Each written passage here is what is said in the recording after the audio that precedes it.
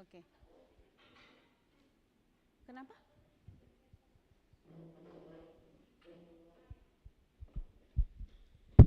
Sudah bisa dimulai? Oke.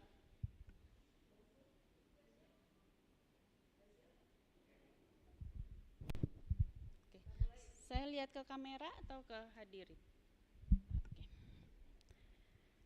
Good morning, ladies and gentlemen. Assalamualaikum warahmatullahi wabarakatuh. Shalom, Namo Buddhaya, Om Swastiastu, may peace be with us all.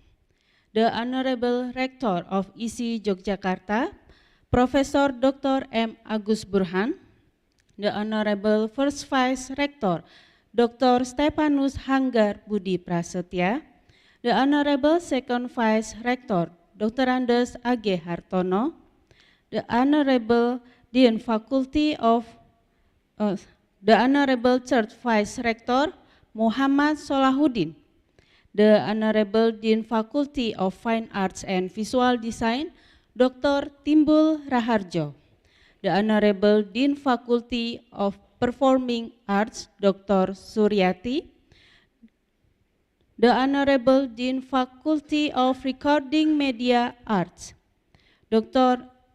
Irwandi, the Honorable Dean Faculty of Cultural Science Gajah Mada University, Dr. Setiadi, the Honorable Vice Dean Faculty of Cultural Science Gajah Mada University, Dr. Mimi Savitri, the Honorable Professor Shin Nakagawa from Osaka Metropolitan University, and all honorable participants. Welcome to Sasana Ajiasa Indonesia Institute of the Arts Yogyakarta, today August 3rd, 2022. Now we are here in the seminar of the 19th Urban Resilience Research Center, formerly named Urban Research PLAZA. This event organized by collaboration between ISI Yogyakarta, Gajah Mada University, and Osaka Metropolitan University. This current theme is post-pandemic arts, tourism, and cultural management. And today is the second day of the seminar. This seminar brings together scholars, artists, and students to discuss several issues regarding creativity, delivery of information, ideas, methodologies in the fields of tourism, art, and cultural as part of optimism in facing and adapting to the post-COVID-19 pandemic.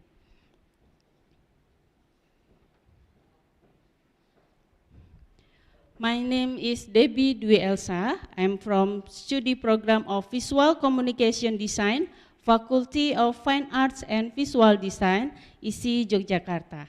I'm very happy to be here as an MC in this seminar. And now I would like to read this agenda. First agenda is opening. Next, we will praying to the God Almighty. The third agenda is delivering the national anthem, Indonesia Raya. The main agenda is presentation and discussion by the panelists, including question and answer segment, and this agenda will separate it into sessions. The fifth agenda is art performance. Next agenda is closing speech by Dr. Mimi Savitri. And then the next agenda is photo session, and the last is closing. Well, before the beginning the agenda, let's open our agenda by praying to the God Almighty according to our beliefs. May we start, please?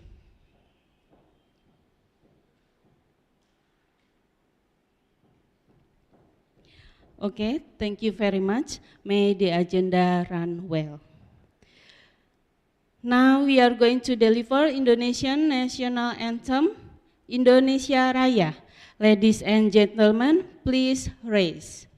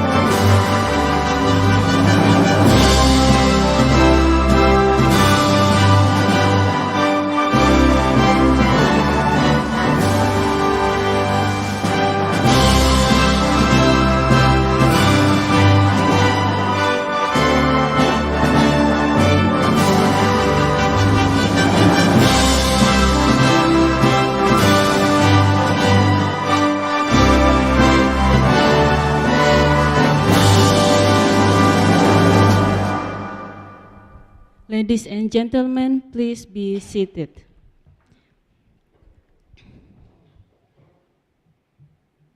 Okay, first of all, for all online participants, may take a photo session, please. My technical team may help me.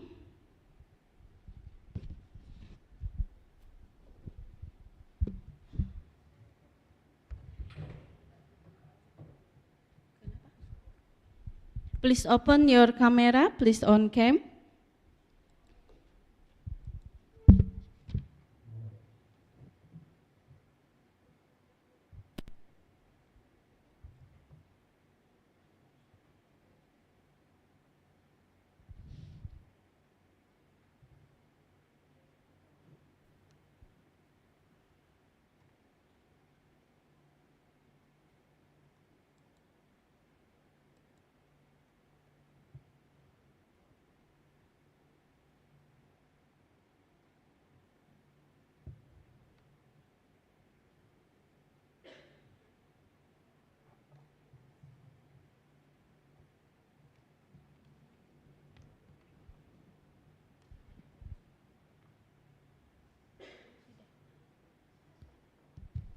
Okay, thank you.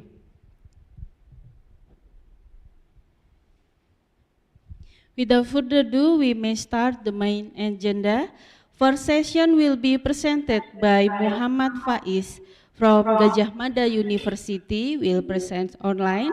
Eva Solina Gultom from Halu Oleo University will present online. Prima Donna Hapsari and Bambang Pramono will present online. Oh, I'm sorry, Prima Donna Hapsari is present here, and Keiko Sakimoto from Osaka Metropolitan University will present online. And this session will be led by Dr. Alfie Lufiani as moderator. Dr. Alfie is a head of Craft Department, Faculty of Fine Arts and Visual Design, ISI Yogyakarta.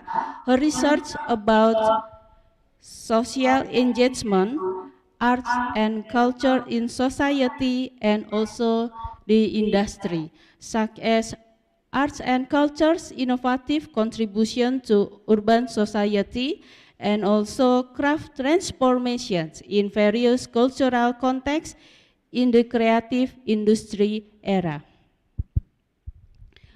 First session presenter and moderator, please be ready. Okay, well, Dr. Alfie, time is yours.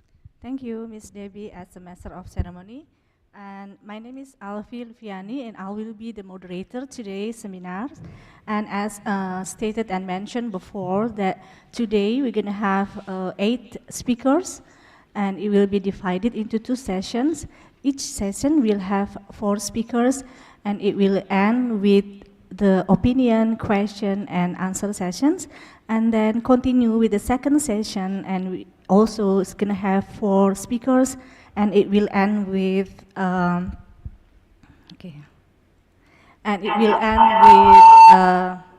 questions and answer session. I would like to welcome our presenter to start the presentation. And for the first turn will be given by the first presenter. Please welcome Mr. Muhammad Fais, or I will just call Mas because he's pretty young. But before we begin, I would like to introduce you to the speakers. Muhammad Fais was born in Boyolali, Central Java on January 12, 1999, and he now works at Semedo Museum Tegal. Tegal is also in Central Java, as an assistant curator.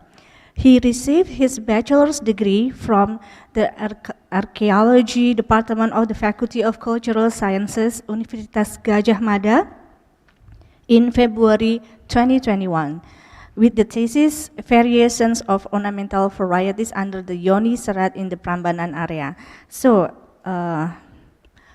Mas Muhammad Fais, are you ready? Because he will be delivered online. Okay, so time is yours. You can start it now. Sebelumnya saya minta maaf, saya akan presentasi dalam bahasa Indonesia karena saya hanya mempersiapkan presentasi dalam bahasa Indonesia. Saya juga izin share screen.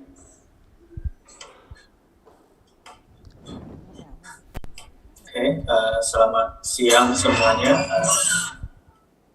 Ini saya akan mempresentasikan abstrak yang saya kirimkan sebelumnya beberapa bulan lalu, yaitu virtual tour sebagai alternatif kunjungan ke candi-candi di Sleman dan Magelang, atau judulnya bahasa Inggris Virtual Tour as an Alternative for Temples Visit in Sleman dan Magelang. Sebenarnya konsepnya sebenarnya tidak terlalu susah karena ya, tapi kita akan simak dulu kenapa daerah ini cukup penting. Sebelumnya saya kenalkan dulu candi-candi di Sleman dan Magelang. Jadi Sleman dan Magelang merupakan rumah bagi peradaban Jawa kuno. Di kedua kabupaten ini ada banyak candi-candi yang monumental dan beberapa kerajaan-kerajaan sudah berdiri sejak abad ke-8 sampai abad ke-10. Tentu kita sudah mengenal beberapa candi yang sangat terkenal sampai internasional seperti Candi Borobudur dan Candi Prambanan. Dan juga Veronique de Groot mencatat bahwa ada 4 candi di DIY dan Klaten. DIY adalah daerah istimewa Jakarta, dan 13 candi di Magelang yang masih memiliki sisa-sisa, baik itu dari hanya fondasi, baik itu hanya atau dalam bentuk utuh, atau misal dalam bentuk yang sangat monumental seperti yang kita lihat di Candi Borobudur. Dan candi-candi tersebut banyak yang sudah menjadi tempat wisata yang sangat terkenal, seperti bahkan sudah menjadi tempat wisata sejak masa kolonial, seperti Candi Borobudur, Candi Prambanan, dan candi-candi sekitarnya, dan sudah ada dalam beberapa catatan-catatan perjalanan, baik dalam bahasa Belanda, bahasa Inggris, bahkan bahasa-bahasa lainnya dalam bahasa Eropa. Dan kegiatan tersebut tentu tidak bisa lepas dari penemuan candi dari abad 19 dan abad 18 dan pemugarannya pada abad 20-an oleh institusi Belanda maupun institusi Indonesia. Bahkan Jepang juga melakukan pemugaran beberapa candi seperti Candi Prambanan. Dan pada masa kemerdekaan, candi-candi tersebut dikunjungi wisatawan baik yang dari luar maupun dari dalam. Apalagi makin intensif pasca dibentuknya pemetaan wisata Indonesia dan ditetapkan Candi Borobudur dan Prambanan sebagai warisan dunia UNESCO. Yang kita bisa lihat ada beberapa arsip-arsip yang menggambarkan foto bahwa candi itu sudah banyak jadi tempat wisata pada masa lalu. Seperti yang kita lihat di foto ini, yang sepertinya kalau kita lihat sekarang nggak wadah, seperti tidak mungkin orang sekarang akan puasa seperti ini karena sangat berbahaya untuk kelangsungan candi.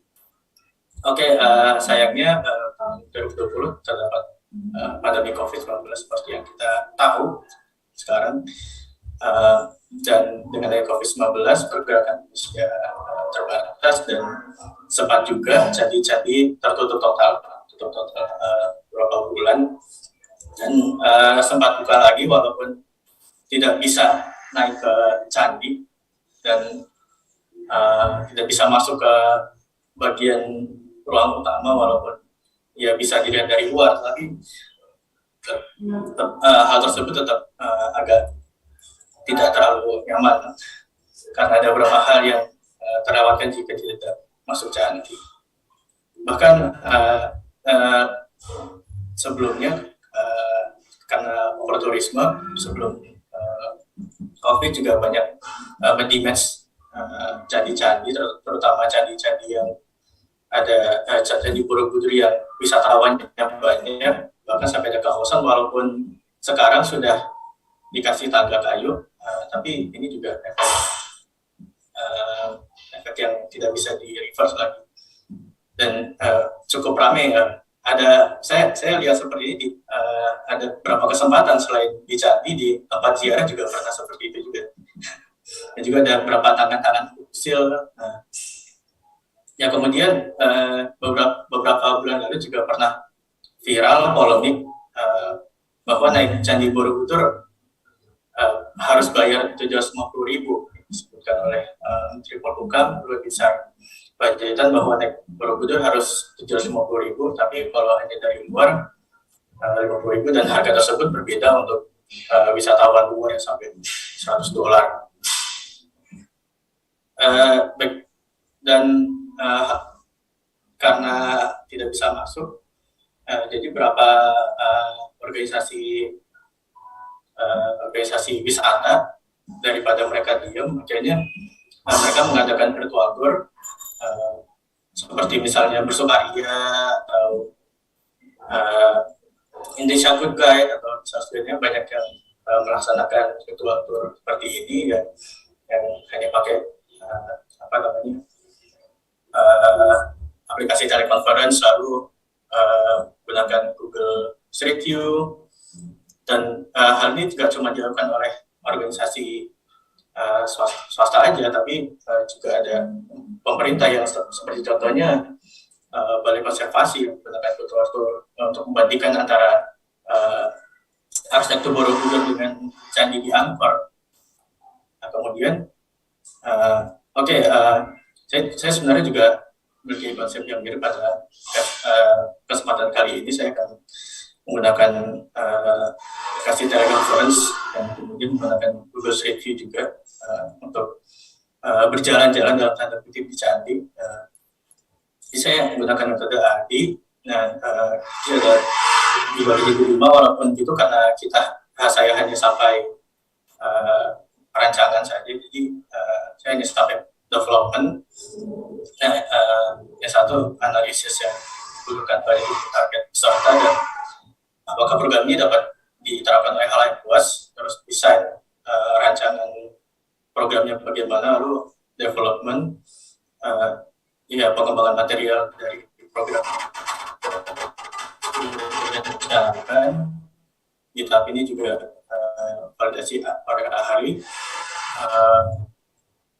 Kalau Sugiono bilang bahwa penelitian ini cuma penelitian R&D level 1, Research and Development level 1, yang hanya bertujuan untuk merancang produk, dan development yang dimaksud dari Sugiono adalah validasi dari ahli yang bisa dilakukan dengan FGD atau diskusi dengan ahli. Pada bagian analisis dengan tutupnya candi Jawa Tengah, maka ada 17 candi, terus tidak semua orang bakal puas dengan lihat luar candi saja. Tapi ada juga yang mau melihat relief di Candi Prambanan, lalu juga candi di Borobudur, lihat Lalita Vista, Jataka dan sebagainya. Lalu maupun melihat Arca Buddha dan Bodhisattva yang besar. Dan juga aplikasi telekonferensi seperti Zoom dan Google Meet juga cukup umum sekarang, apalagi dengan adanya banyaknya webinar dan sekolah online. Jadi semua orang sudah familiar dengan hal tersebut, apalagi bisa dilakukan dengan aplikasi yang dengan laptop yang tidak terlalu tinggi, tidak terlalu mahal, sudah bisa. Apalagi HP juga bisa juga. Dan selain itu juga Google Street View di candi sudah merambah candi sejak 2015. Kita bisa menelusuri, kita bisa jalan-jalan virtual lewat Google Street View sejak 2015. Ya, walaupun tujuannya sebenarnya untuk menambah 2 juta wisatawan mancanegara ke Borobudur sekitarnya, ya, tapi setidaknya ini sedikit membantu pada masa pandemi seperti ini. Lantas juga ada 11 candi yang bisa di-visit, bisa dikunjungi, seperti Candi Borobudur, Candi Pawon, Candi Mendut, Candi Prambanan, Candi Sewu, Candi Kalasan, Candi Sari, Candi Barong, Candi Ijo, Candi Samisari, dan Candi dan Ratu Boko. candi-candi tersebut ya masih di Kabupaten Sleman dan Kabupaten Magelang, kecuali Candi Sewu yang ada di Klaten. Mungkin karena dia masih ada di satu kawasan taman wisata dan termasuk monumental, jadi bisa masuk. Ya walaupun Candi Lumbung dan Candi Borobudur hanya bisa dilihat di luar, tapi jadi ini spesifikasi yang minimal. Suruh tambahin lagi, harus internetnya harus stabil. Ini saya terpaksa harus keluar kota untuk mencari internetnya agak stabil, walaupun nggak stabil juga. Oke, desain pada tahap ini rancangan program dilakukan, ada beberapa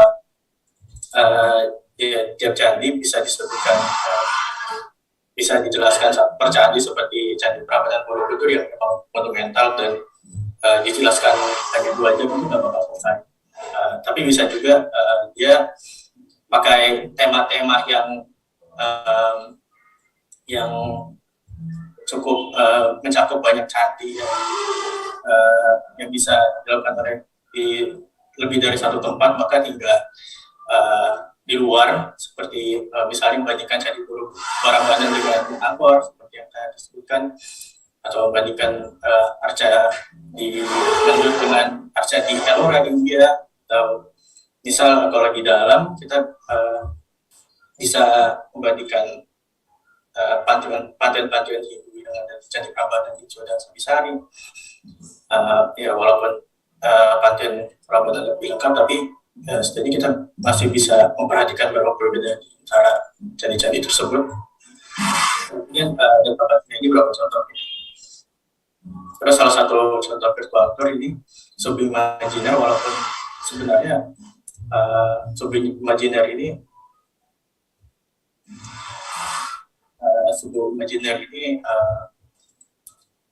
agak kita tidak tahu benar atau tidak, tapi kalau kita bisa lihat di sini ada sumbu kayu sumbu di sini. There's a strike line here. Ada, nah ditafsirkan bahwa 4 candi ini memiliki keterkaitan dengan Candi Ngawen sebagai pintu masuknya, lalu Candi Mundut, lalu Candi Pawon, kemudian jadi Candi Borobudur. Tempat ini ditafsirkan merupakan catur Arya Vidya yang catur Arya Satyani yang di dalamnya hidup itu adalah penderitaan, terus penderitaan adalah karena rasa tresna, keinginan hasrat hawa nafsu. Lalu penderitaan dapat dihentikan dengan cara menindas tresna, lalu pada akhirnya dengan melalui 8 jalan Astawida yang harus dilaksanakan secara sungguh-sungguh oleh para pemeluk Buddha. 8 jalan tersebut adalah kebenaran dalam hal ajaran, 1 ajaran, 2 niat, 3 perkataan, 4 tingkah laku, 5 penghidupan, 6 usaha, 7 perhatian, dan 8 samadhi. Ya, itu yang disebutkan oleh Penanda 2009. Ya, walaupun masih bisa diperdebatkan lagi, tapi sebenarnya masih tematur yang menarik. Jadi contohnya kita Candi Ngawen, kita masuk candi di sini karena tidak bisa masuk, jadi tapi kita masih bisa lihat di luar, jadi kita masih bisa jelaskan sedikit tentang di dalamnya. Mungkin butuh juga menampilkan foto yang ada di dalamnya juga. Misalnya di sini ada 5 candi, there's 5 temples, and some of it, ada beberapa candi Buddha juga yang masih ada, 1, 2. Nah, di Ngawen ini dia ditafsirkan sebagai lambang dari nafsu dan hasrat manusia. Lalu sini Candi Mundut, simbol tresna, keinginan hasrat dan hawa nafsu. Di sini selain dijelaskan hal tersebut juga dijelaskan juga hal-hal yang menarik dari candi Mundut ini, adanya relief Jataka, juga ada relief Dewi Hariti yang merupakan yang sekarang Dewi dari hidup anak-anak, dari di dalamnya ada arca Buddha dan arca Buddha dan Nadia Bodhisattva. Lalu ini dijelaskan juga ada cerita dan nilai yang ada. Lalu di Candi Pawan dijelaskan juga bahwa Candi Pawan sebagai simbol Tresna dan yang juga ada spesialnya yang salah satunya adalah adanya relief pohon kelapa rusa dan digambarkan juga para heavenly beings atau makhluk-makhluk surgawi dan sebagainya. Lalu sini jadi Borobudur yang merupakan lambang dari Astabida dan juga jelaskan Borobudur sebagai dengan 3 tingkatan yang seperti kita duka madatu, ada juga relief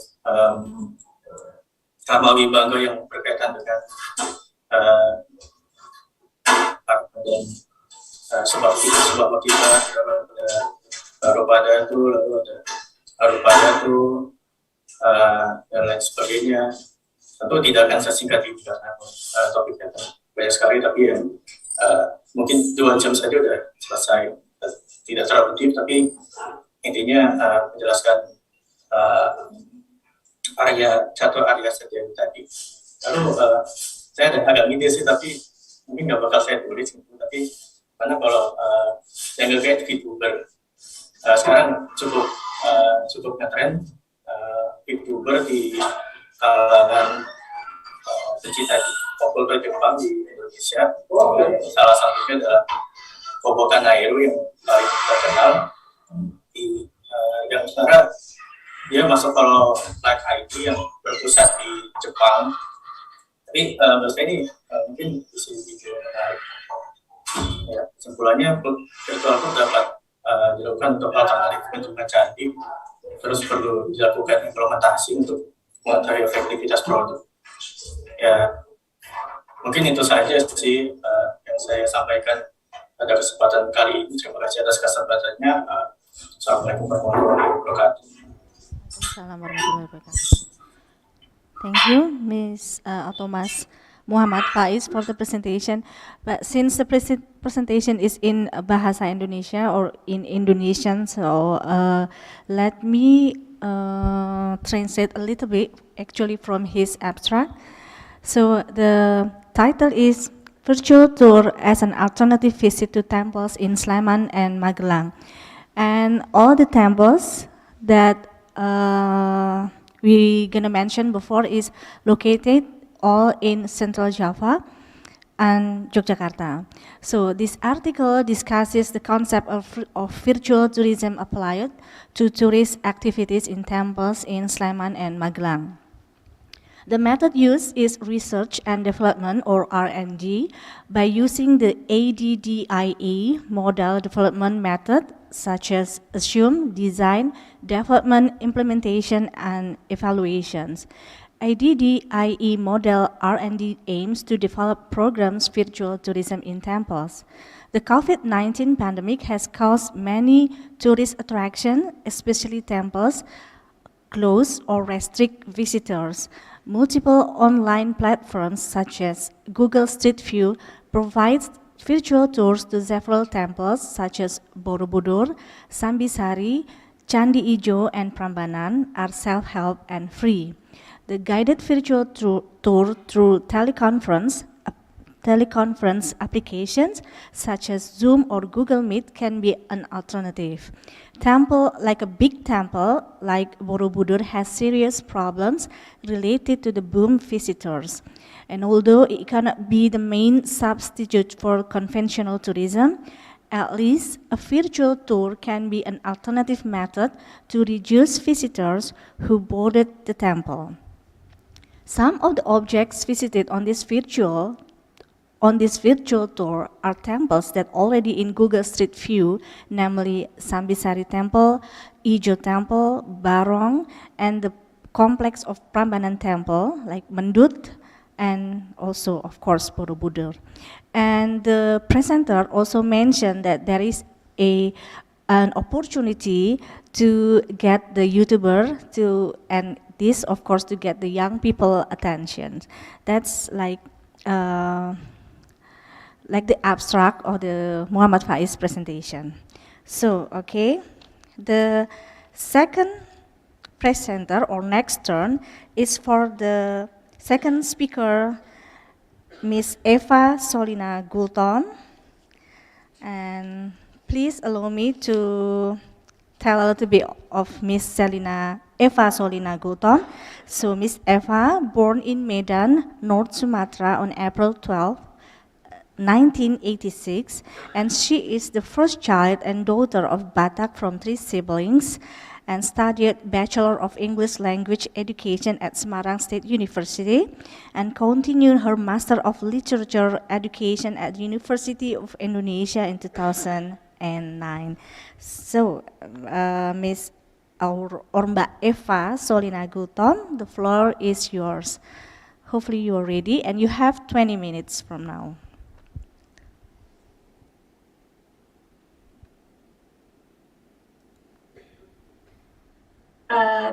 Thank you. Well, I actually sent the video to the host. Okay.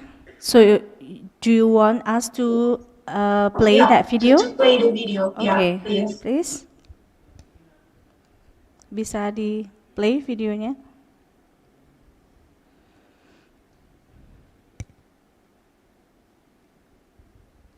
Hello and good morning. I am Eva Solina Gulton from University of Palu Kendari.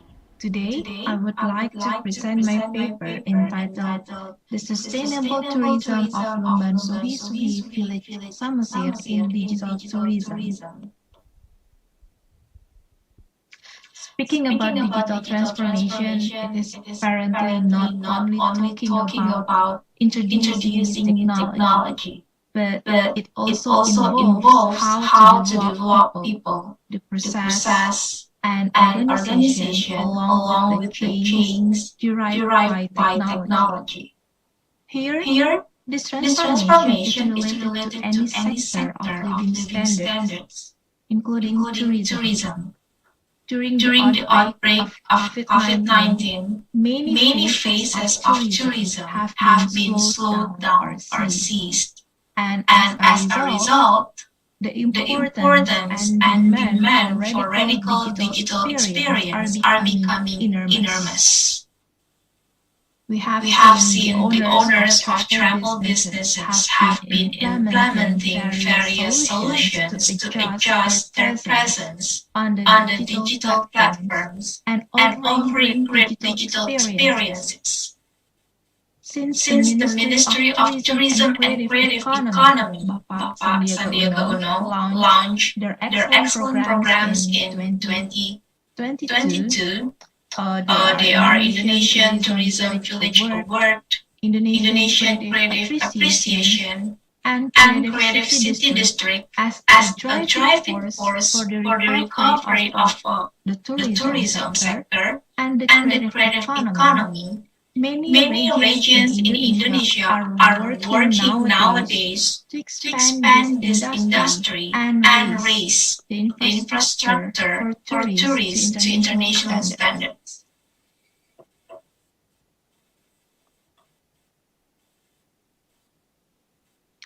One of the villages in Samosir, North Sumatra, with the highest potential for tourism in Indonesia is Lumban Suhi Suhi Third One. This village has a wealth of historical and cultural legacy, excellent natural and climatic conditions, and all the resources required for the growth of the local tourism business today. In order to diversify the local economy, steps are being taken gradually to develop tourism as one of the strategic sectors. Pulau Sutaraja, as one of tourist villages in Indonesia, is now being developed and preserved as local cultural legacy. Innovation, and village reconstruction are pursued as the way to speed up village growth. These ways have been apparently taken not only to employ workers, but also to raise incomes or living standards, and also to boost the village investment appeal. Okay. The slide showed when Jokowi visited Utaraja Village, Samosir in 2022. And as one of the most prioritized developing villages in Samosir, Utaraja has gradually developed its face into digital. They have started implementing some programs intended to expand their local existence into global by using digital platforms. Therefore, today, I would like to discuss how this village, Utaraja Samosir, strategy toward a digital tourism village with a national and international orientation. Okay. Now for the slide, showing that Pulau Utaraja Samosir itself has been named one of the influential tourist villages and is predicted to be part of the leading destination of Samosir Regency. To build a local tourism digitally, of course, the role of innovation and creativity from tourism developers is needed. One of the programs to promote digital tourism in Lumban Suwi is Hita Hita, which was initiated by the local village head oriented toward independent village progress. So in Bahasa, Hita means kita adalah kita, or we are us. So this program is a podcast meant to be one form of community readiness in facing a technological advance based on digital platforms. Overall, this podcast promotes all tourism activities as a place to introduce local culture. And then this program is driven by local youth. Okay. Well, as you see on the next slide, Martonan Sadari is one of Hita programs showing Pulos weaving activity for one day. And this activity is held once a week, aiming to support the President's policy as one of strategic national tourism areas in North Sumatra. Here, local weavers' woven products are exhibited in the form of a modern and attractive fashion design. Okay, and then as a village center for Ulos craftsmen, Hita also launched annual event festival, Hita Utaraja. This event presents a photo competition, program and fashion show with the theme of Batak weaving Pulos. In addition, this program also features traditional Batak dances, Tortor and Gondang Batak music initiated by local youth. I believe processing of village management that involves appropriate digital innovation and creativity is expected to be a solution for empowering tourism villages in the future to go global. Here, the sustainable tourism conducted by Utaraja Village until nowadays is being built by relying on digital skills and tools as a means of promotion and actualization. this is the end of my presentation. Thank you so much for your appreciation. If you have any question, please let me know.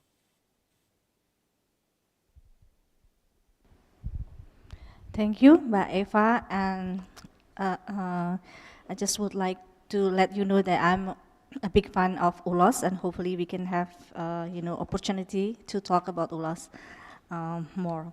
Okay, for the third speaker will be presented by Ibu Primadona Hapsari, and she has a partner with Mr. Bambang Pramono, and please allow me to talk a little bit about Ibu Dona. So Primadona Hapsari is a permanent lecturer at Musicology Study Program, Faculty of Performing Arts, Institut Seni Indonesia, Yogyakarta since 2010. And currently she is a doctoral student of anthropology, Universitas Gadjah Mada, in her second year. And she has major interest in some relevant fields such as anthropology, cultural studies, art conservation, and English, and of course English language studies. And for her partner, Mr. Orpa Bambang Pramono, is a lecturer and researcher at Interior Design Study Program, Faculty of Visual Arts, Institut Seni Indonesia, Yogyakarta. He is currently a doctoral student of anthropology, Gadjah Mada University, and with the anthropology of tourism as his main research interest. So to Ibu Primadona Hapsari, and she's sitting next to me, the floor is yours. And you have 20 minutes from now. Thank you, Bu Avi, and also dear colleagues and also participants of UReC. Good morning. And I would like to share the screen of our presentation.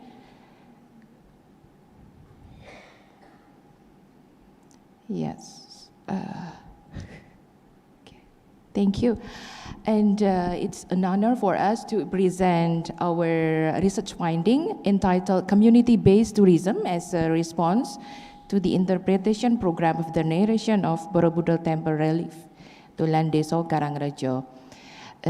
It might be relevant to our previous speaker that also talk about some temples, especially about Borobudur.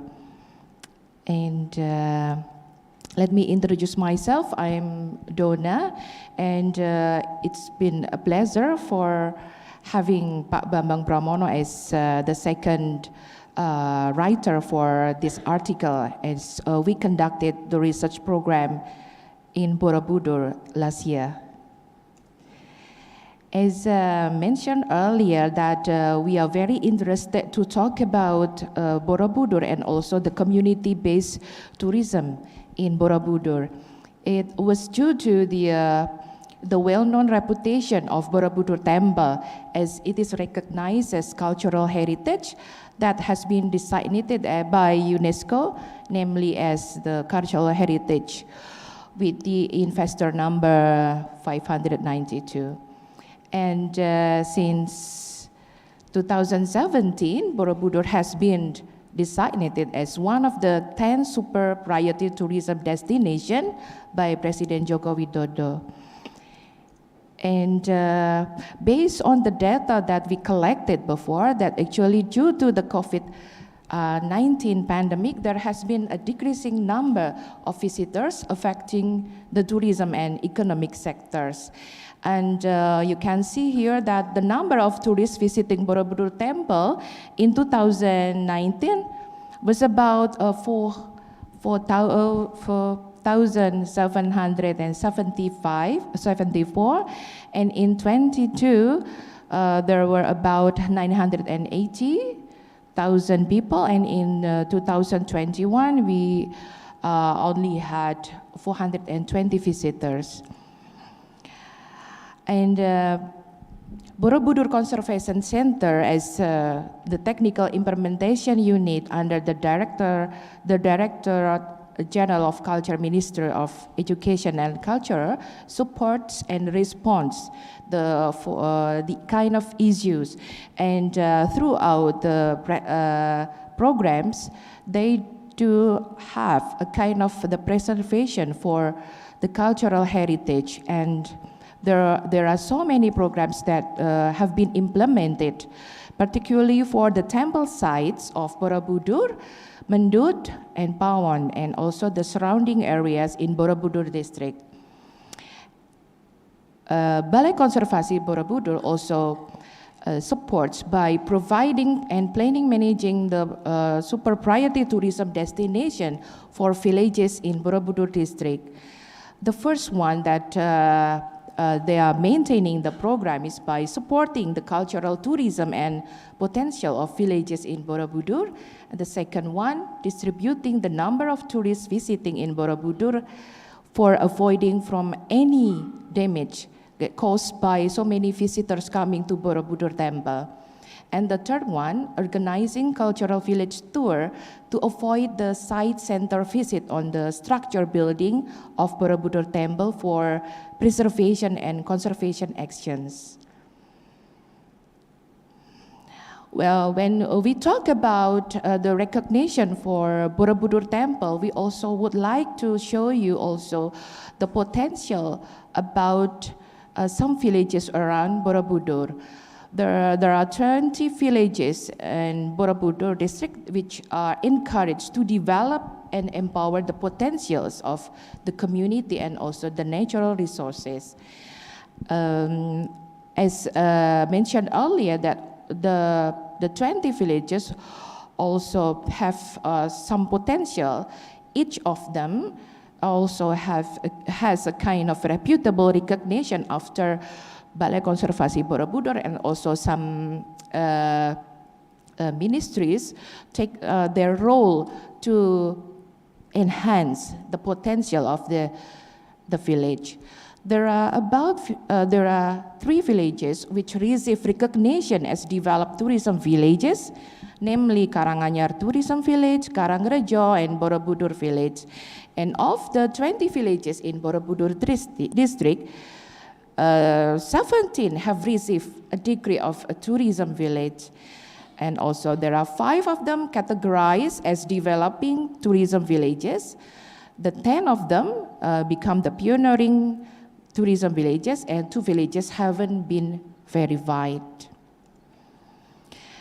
Here, when we mention about the government supports, there are kind of efforts and action of the for Borobudur tourism and its surrounding villages due to the impact of the COVID-19. There are so many programs which also support and assist the Borobudur district, mainly because the villages need to have been supported and assisted by the government agency. And here we have also some pictures showing about how the government really take their role in providing so many programs, especially for interpreting the relief of Borobudur temple to develop the village's potentials and also to promote the Borobudur temple compounds tourism. And we talk about the preservation efforts of Borobudur. There are so many stages that they've been done so far. The first one is by analyzing the temple site layout and its management. And then the second one, we also have a kind of things that must be well known by people, that actually Balai Konservasi Borobudur and also the government agency would like to maintain the visitor management. And then the third one is the programs of narrating and interpreting the stories of Borobudur. And then the last one, developing the potentials of villages in Borobudur district. When we talk about Borobudur, also, we would like to show you that actually there are so many potentials that we can see. The first one that we would like to highlight is about the preservation of the important value of Borobudur temple compounds that must also reach out to the physical landscape and the lives of the people around it, which include ways of life, social systems, traditions, beliefs, myths, cosmology, rituals, and so on.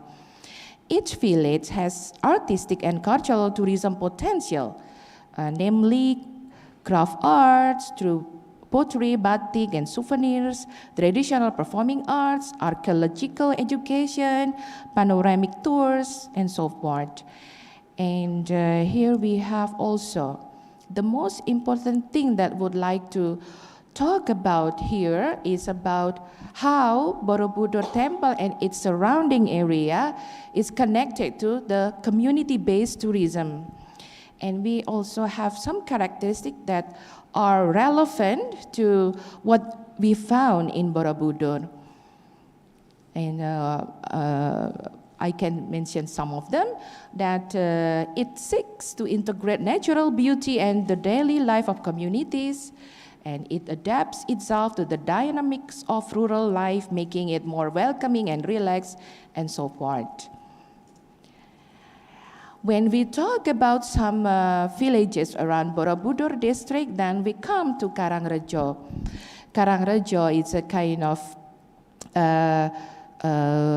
super priority village that is located in Borobudur district.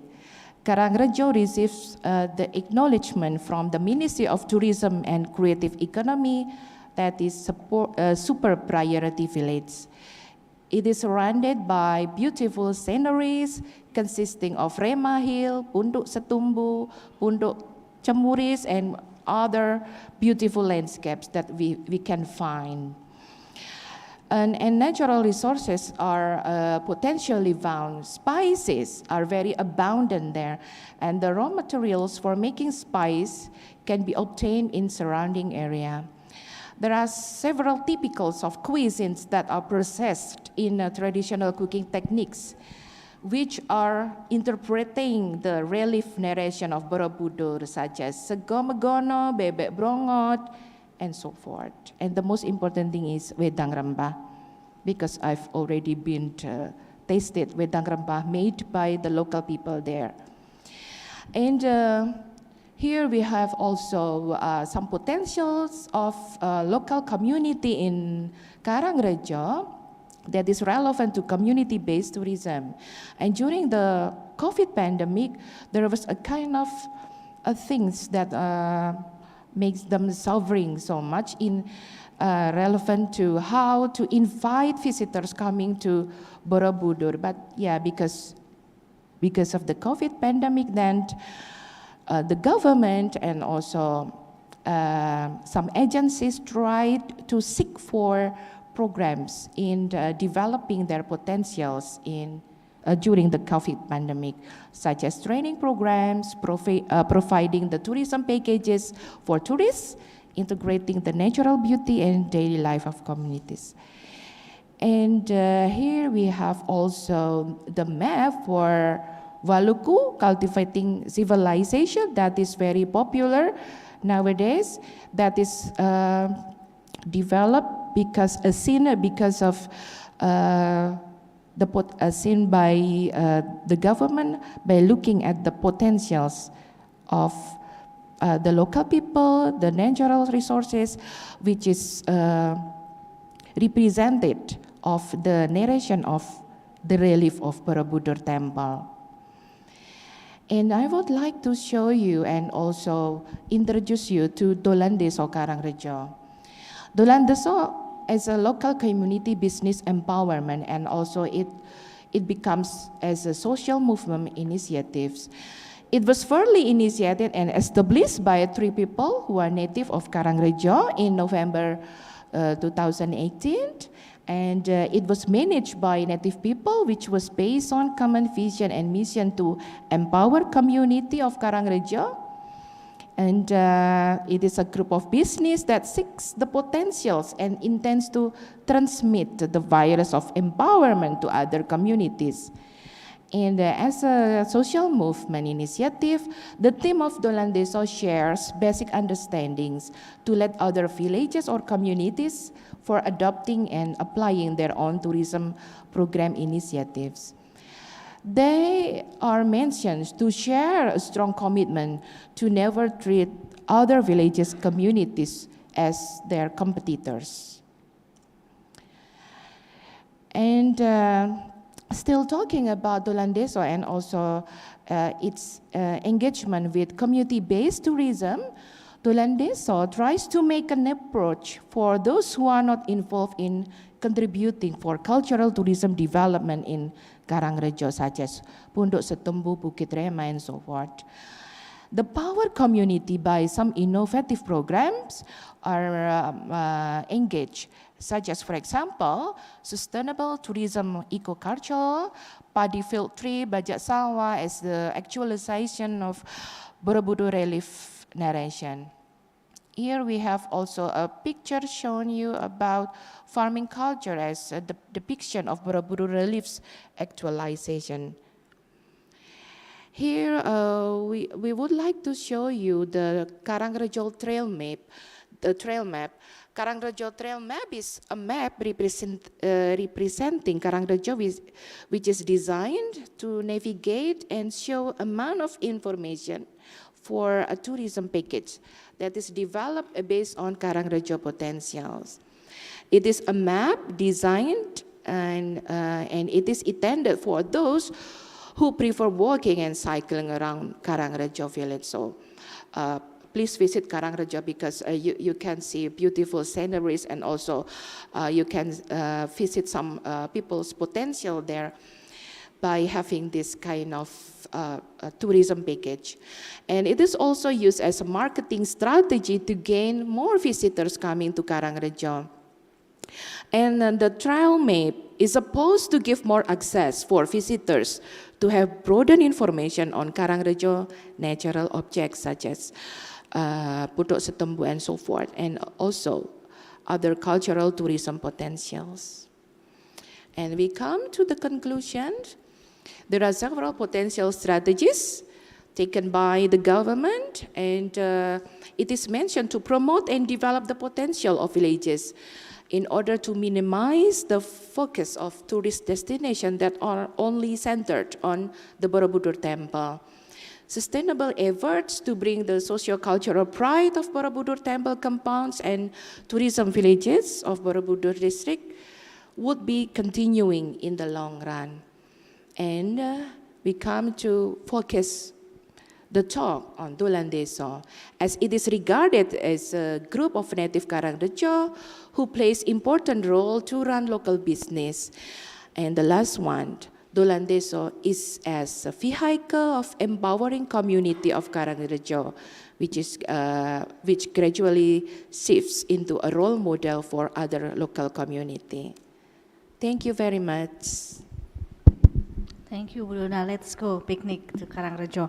But I don't think that your program or project will match with the first presenter, Muhammad Fais, because this is not going to be virtual, because it has food and beverages.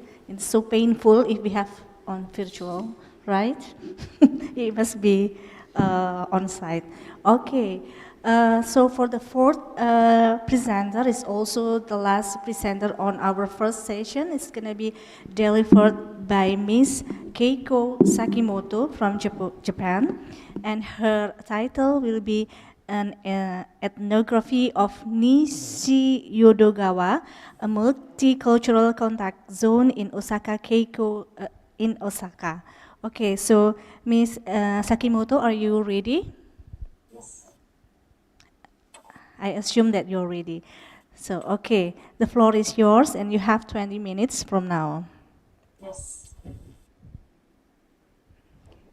Hello everyone, I am Keiko Sakimoto, PhD student, Graduate School of Literature and Human Sciences, Osaka City University.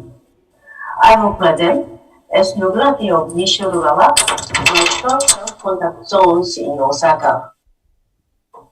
First of all, I will introduce Nishi-Yodogawa world. Second, I will explain about contact zone. Then I will show you 4 cases and conclusion. This is Japan and here is Osaka, and this is Osaka City and here is Nishiudoga Ward. Nishiudoga Ward of Osaka City is emplaced at the mouth of Yodo River and Kanzaki River on Osaka's western edge. This area suffered from severe air pollution caused by the increase in industrial plants and heavy traffic during Japan's post-war rapid economic growth. Decades of effort and protest by local residents successfully concluded the legal cases concerning the pollution in the 1990s. The people living in Nishiudogawa are faced with the passing of this historical memory to the next generation as a symbol of their anti-pollution movement.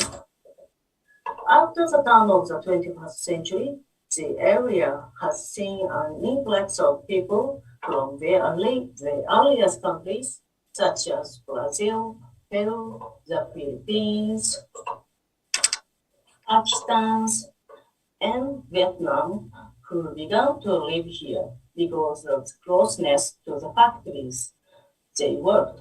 Moreover, with the increase in Muslims from Pakistan and other countries, a masjid, Muslim place of worship, was established.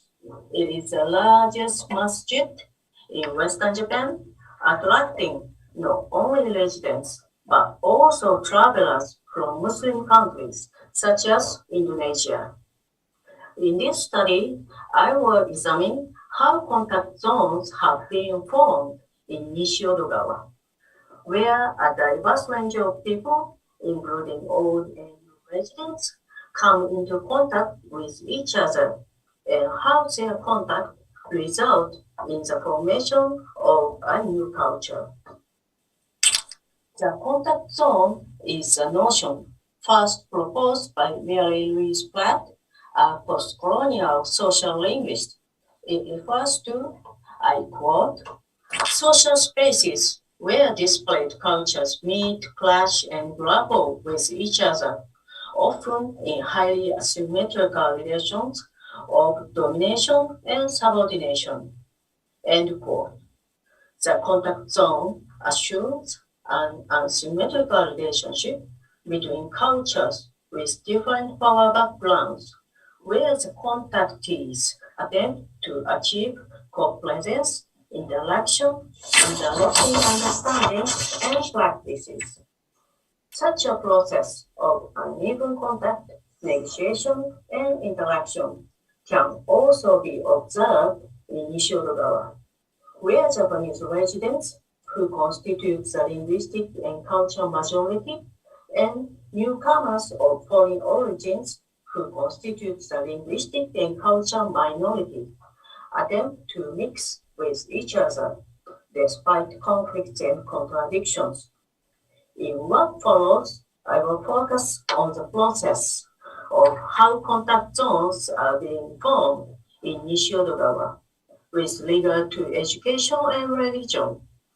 To this end, I will depict the daily practices of volunteer organization, Japanese literacy classes, a Catholic church, and a masjid, which all support people with foreign roots.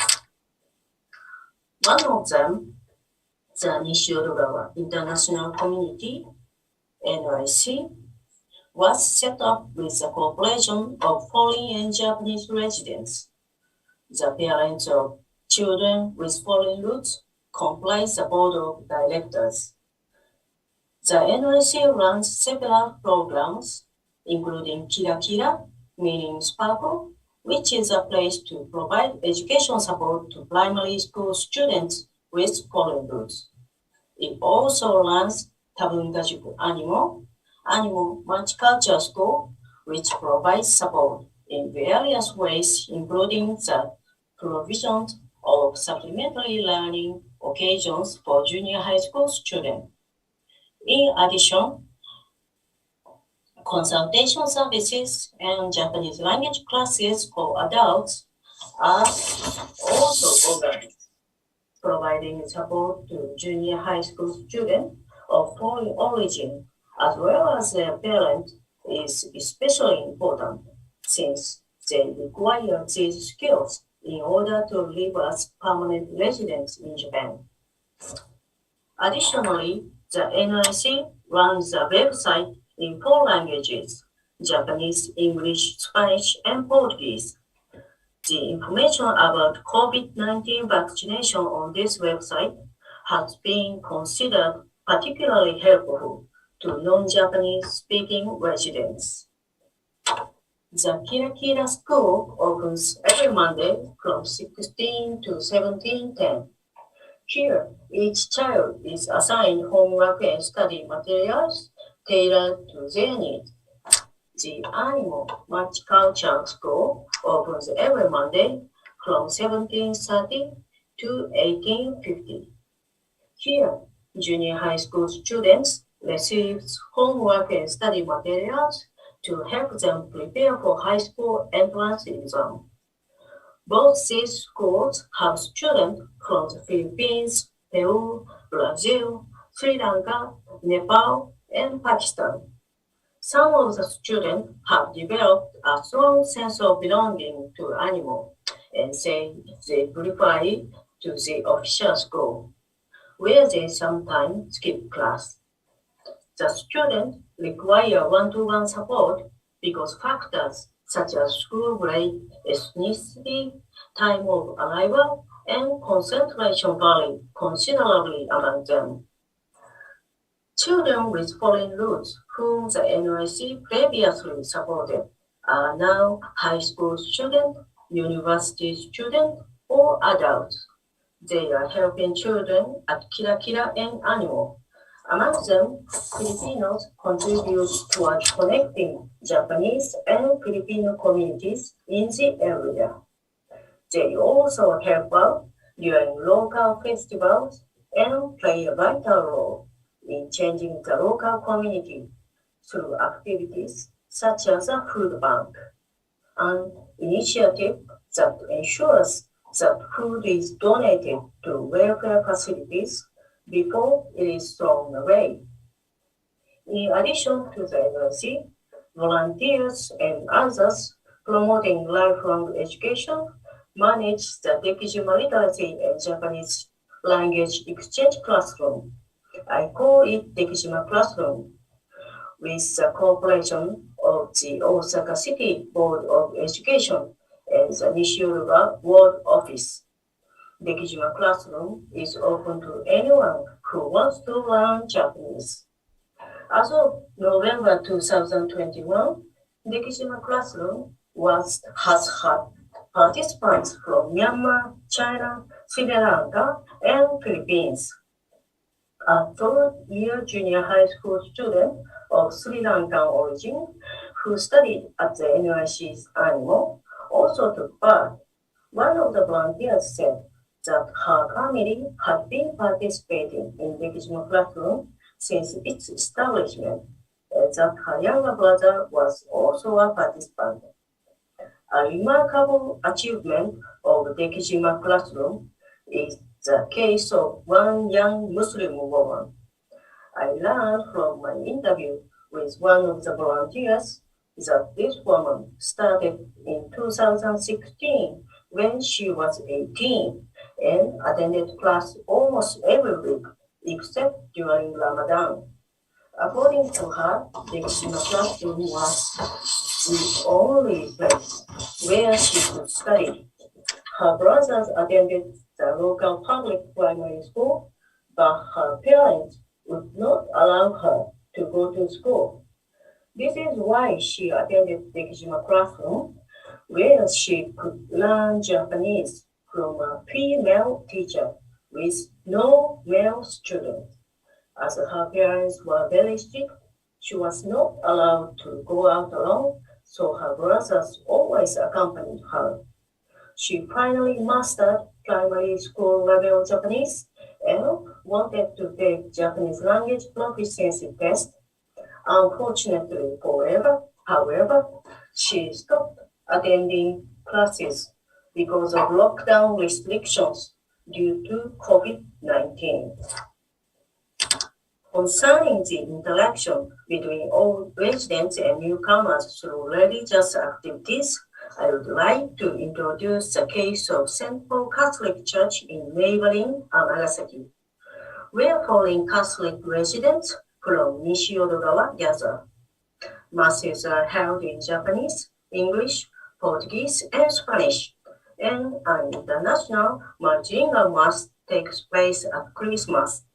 It must be noted Japan has many Brazilians of Japanese ancestry who came to work in Japan due to the high wage.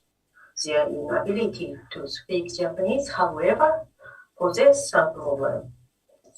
Many people of Filipino origin, including women, children, and families, attend English Mass conducted by Italian chief priest every Sunday.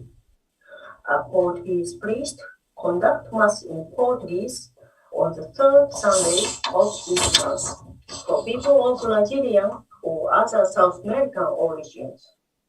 Moreover, a Mexican priest conducts Mass in Spanish on the first Sunday of each month. This Mass is mostly attended by Peruvians, but there are Dominicans and Mexicans as well. I visited the International Mass, which took place on December 24th, 2021, from 20 to 2050. There were about 100 participants. The chants were in Japanese, Portuguese, and English, and the devotional readings were in Japanese, English, and Spanish. At one point, Father said in Japanese, I quote, "There are many different people attending. Let us be one, even if we don't understand the language." End quote. After Mass, Japanese people and people with diverse foreign roots came together to wish each other Merry Christmas. They greeted each other, spoke to each other, and took photos together, indifferent to their ethnic differences. Next, I would like to talk about the masjid in Nishi-Odogawa, which I call Osaka Masjid for your convenience. Many people from Pakistan, Indonesia, Bangladesh, Turkey, and so on come to this masjid for worship, especially on Fridays. According to my informants, Mr. T, who is a Japanese Muslim, people from Muslim countries take Fridays off or a long lunch break to come for prayers. After prayers, many people enjoy shopping at the halal supermarket on the masjid ground floor. There is also a halal restaurant opposite the masjid and a small complex of Muslim facilities. During Ramadan, about 800 Muslims from Osaka and the surrounding region, including Nara and Wakayama, come to the masjid. Before Ramadan, the people managing the masjid, including both Japanese and foreign volunteers, sent 300 letters to the residents in the neighborhood to apologize for the inconvenience that may cause during Ramadan. I quote, "We cooperate with the prefectural assembly member and the president of the town council," end quote, says Mr. T, to provide consultation and other services. The Muslim people also cooperate with the ward office and the police. When a complaint is made from the neighborhood, the town council's president conveys it to the Muslims. Mr. T also worked as a facilitator for Muslim children. One day, he was informed that a Muslim child was not attending school, and he went to investigate the situation. Mr. T found out that the child had been bullied because of a certain Muslim custom and explained this to the schoolmaster. The schoolmaster understood, and the child could attend school again. I would like to provide examples of some things that I noted during my visit to Osaka Masjid on the day before Ramadan this year. The masjid imam is Pakistani, but the sermon was delivered in Arabic and Japanese. The masjid has a separate prayer room for women.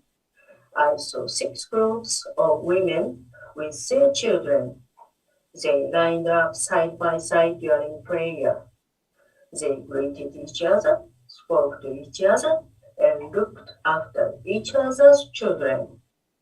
One Bangladeshi woman told me that she became acquainted with a Sri Lankan woman there, from whom she learned about the Dekishima classroom and began attending classes. After the prayer, I saw several shoppers at the Halal supermarket downstairs. Outside, people greeted and talked with other people. While I was talking with Mr. Z, another of my informants, who is also a Japanese Muslim, he lived in Indonesia for 6 years for business purposes and speaks fluent Indonesian. A young Indonesian man came to speak to him. This man needed to contact the Japanese administration, but he cannot speak Japanese. Mr. Z looked up the phone number on his smartphone and made a call for him.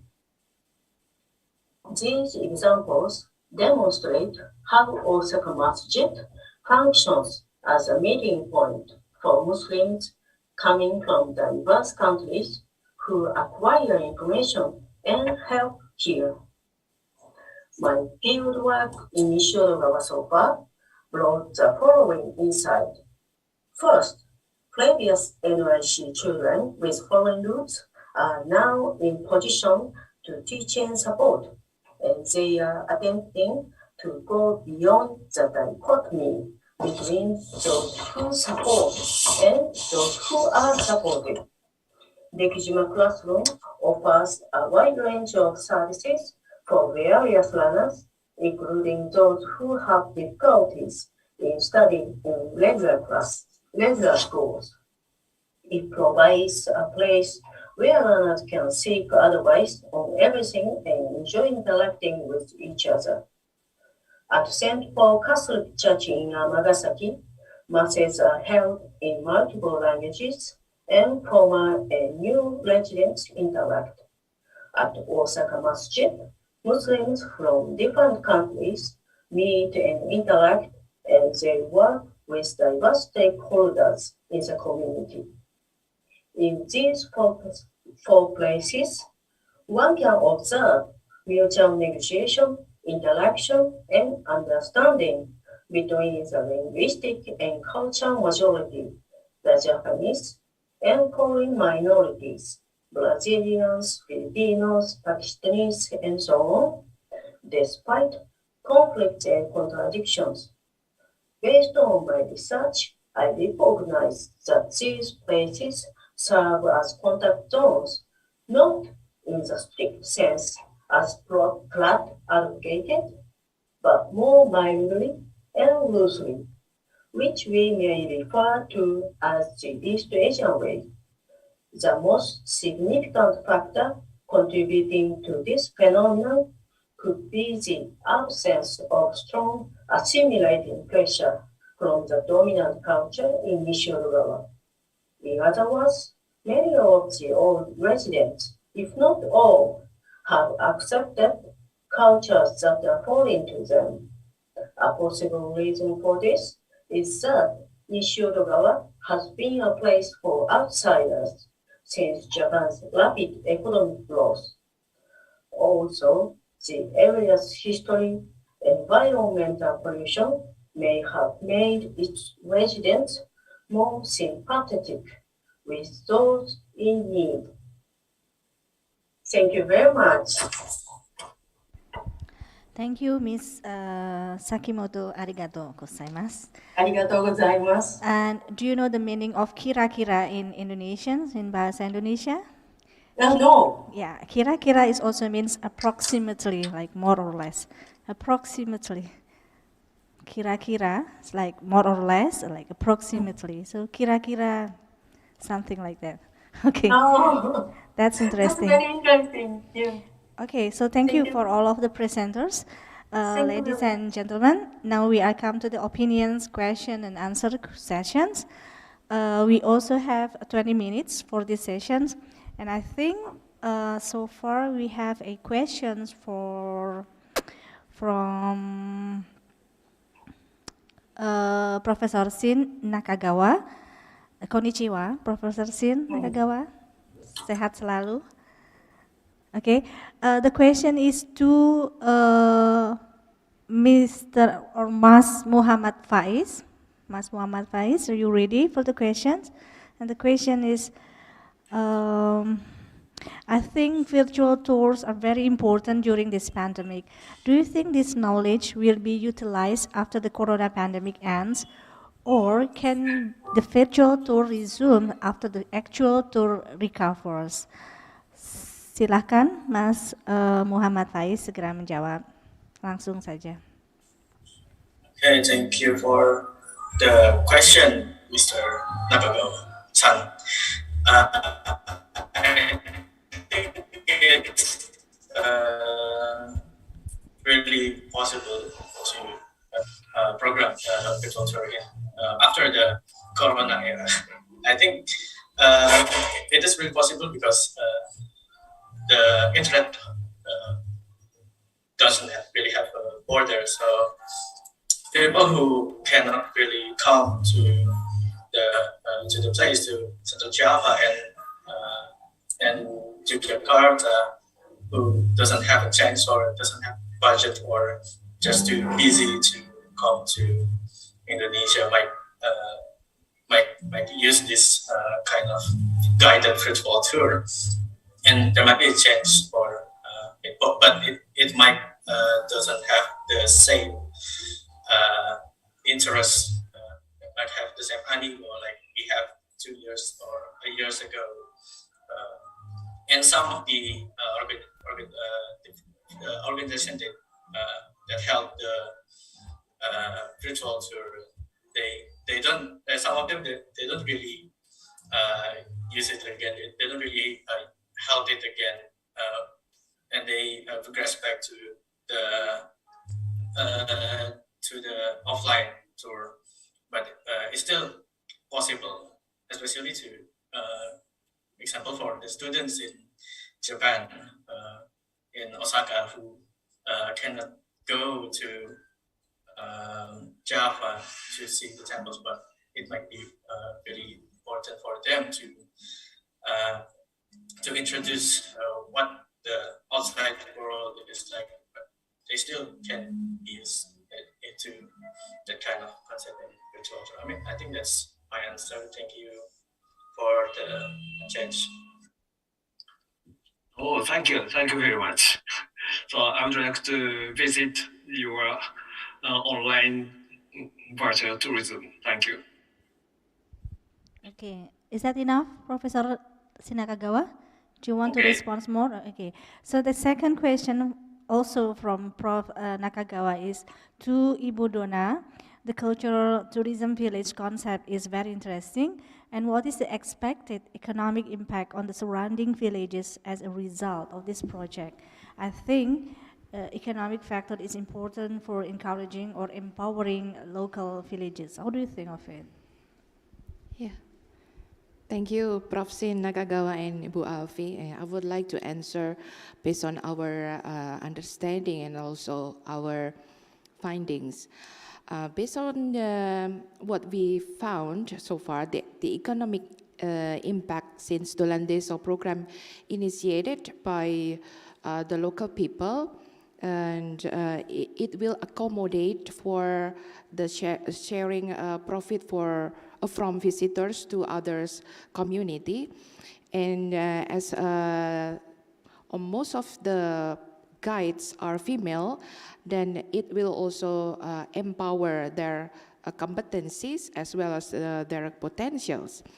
And it also tries to foster independent earn for their domestic needs. And also, as we mentioned before, that actually the trial map that we propose to the Karangarjo people, especially for Tulan Deso team, it will provide the accommodation and more facilities for those who have their tourism package for cycling, walking, and also trekking of the surrounding area of Borobudur district. I think that's all from me, Prof. Sin.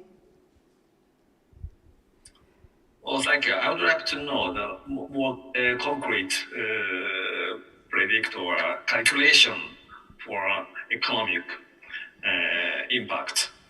How much dollars or how do you think? Excuse me, could you repeat once again? Oh, I would like to know the more concrete concrete aspect of the calculating the economic impact. How much dollars or a year, or how do you think of it? Okay, so far, based on our findings, that we haven't come to the impact for the money, but we, based on our interviewed and observed from the local people, that actually they gain profits such as for the economic welfare for the wedang rempah production, and also for Tulan Deso package of tourism. And they also kind of think that can be a kind of supporting impact for their economic welfare. But we haven't found any data about how much it is earned yearly or monthly. Thank you, Prof. Sin. Thank you. Thank you. And we still have time on this session. Maybe like the participant on this room. Okay, that's good. Please mention your name before you ask the questions. Or I think you need a microphone. Is there any? Can support microphone to the participant?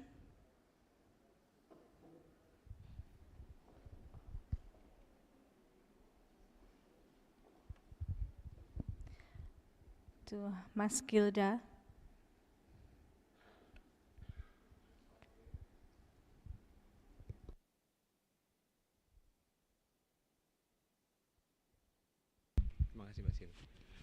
Oke, terima kasih. Selamat pagi. Good morning, everybody. I will ask for Professor Kirakira that talk about Osaka Masjid. Mas Gilda, sorry, but you mean to Miss Keiko Sakimoto? Yeah, Miss Keiko. It's not Kirakira, it's not her name. Miss Keiko, that's talking about Osaka Masjid. Hello, Miss Keiko. My name is Gilda. I'm from Interior Design Department. I've been there in Osaka almost 3 months with Prof. Sinakargawa. My question is about facade and shape about the Osaka Masjid. The first question is Osaka Masjid from the beginning is designed for the mosque or masjid? No? Okay. No. At first, it was a part of the school. Okay. Building was school, but there was no mihrab.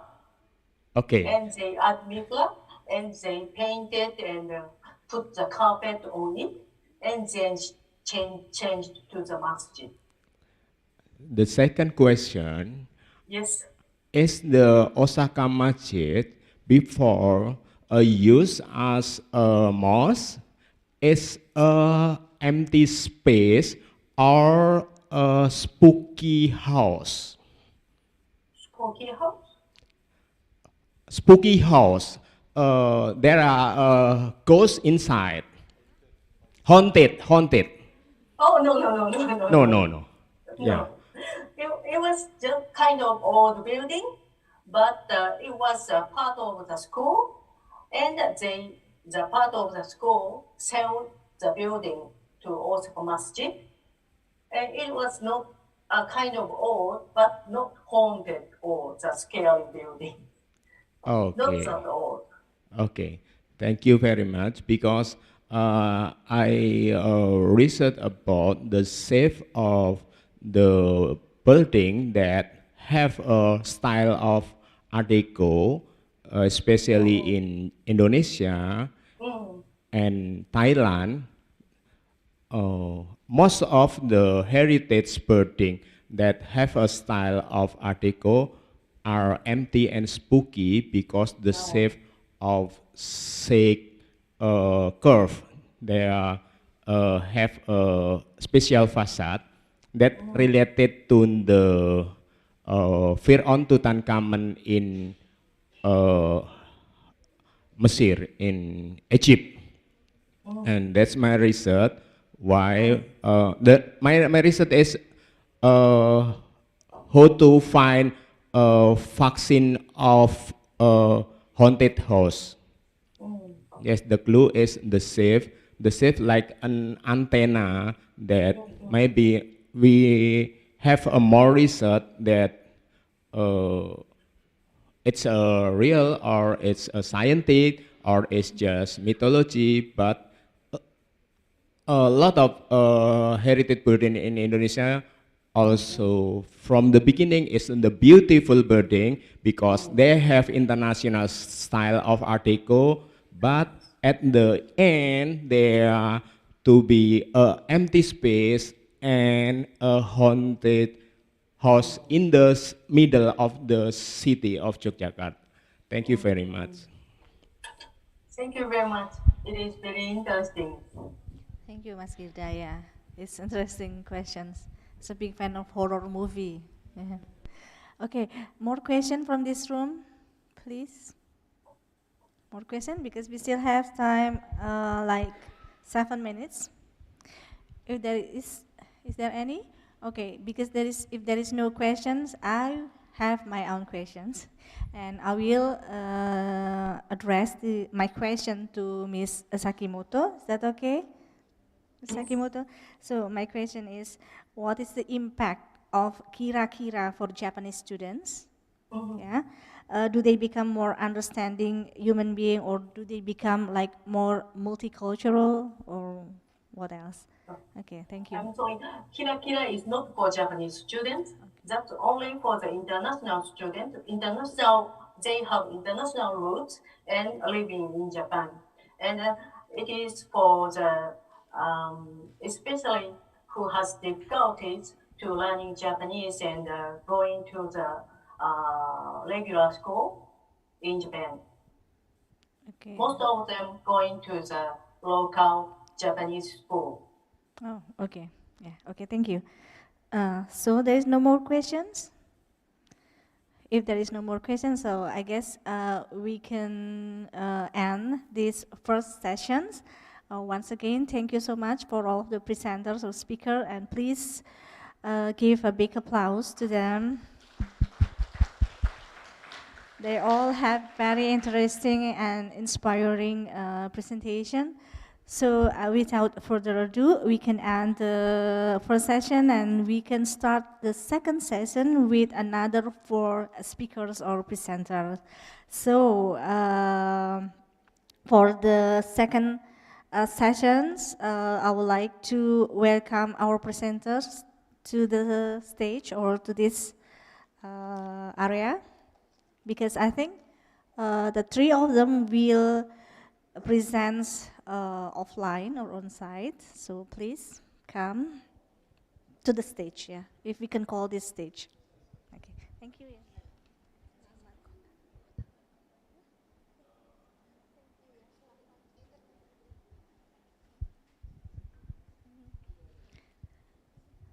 Langsung kan?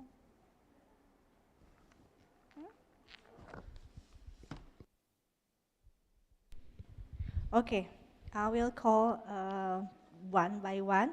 The fifth speaker will be Miss Karen Remaliah Karsa. Please come. And then the sixth speaker will be Birmanti Setia Utami and Zuliati.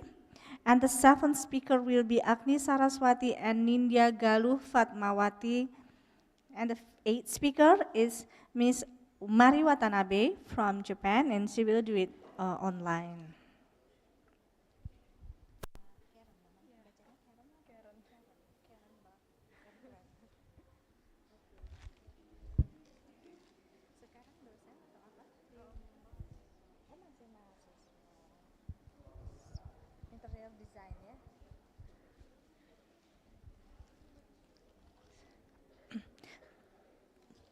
To Mbak Birmanti Setia Utami and also to Agni Saraswati, please come on the stage.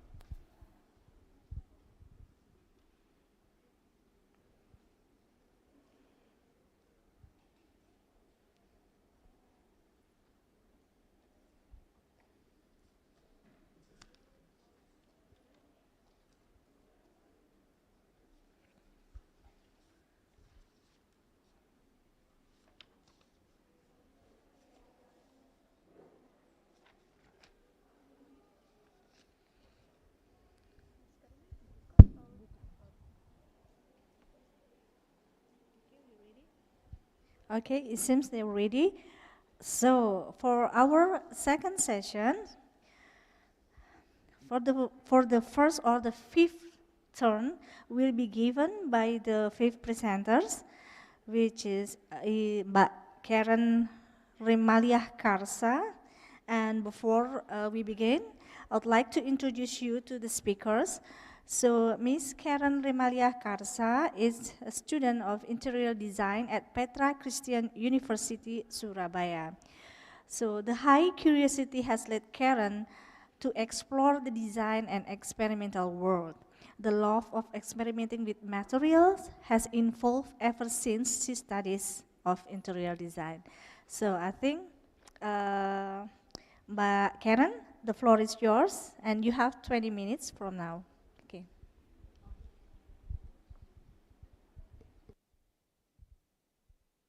Check. Okay, thank you so much for the introduction. I'm going to share the PowerPoint first.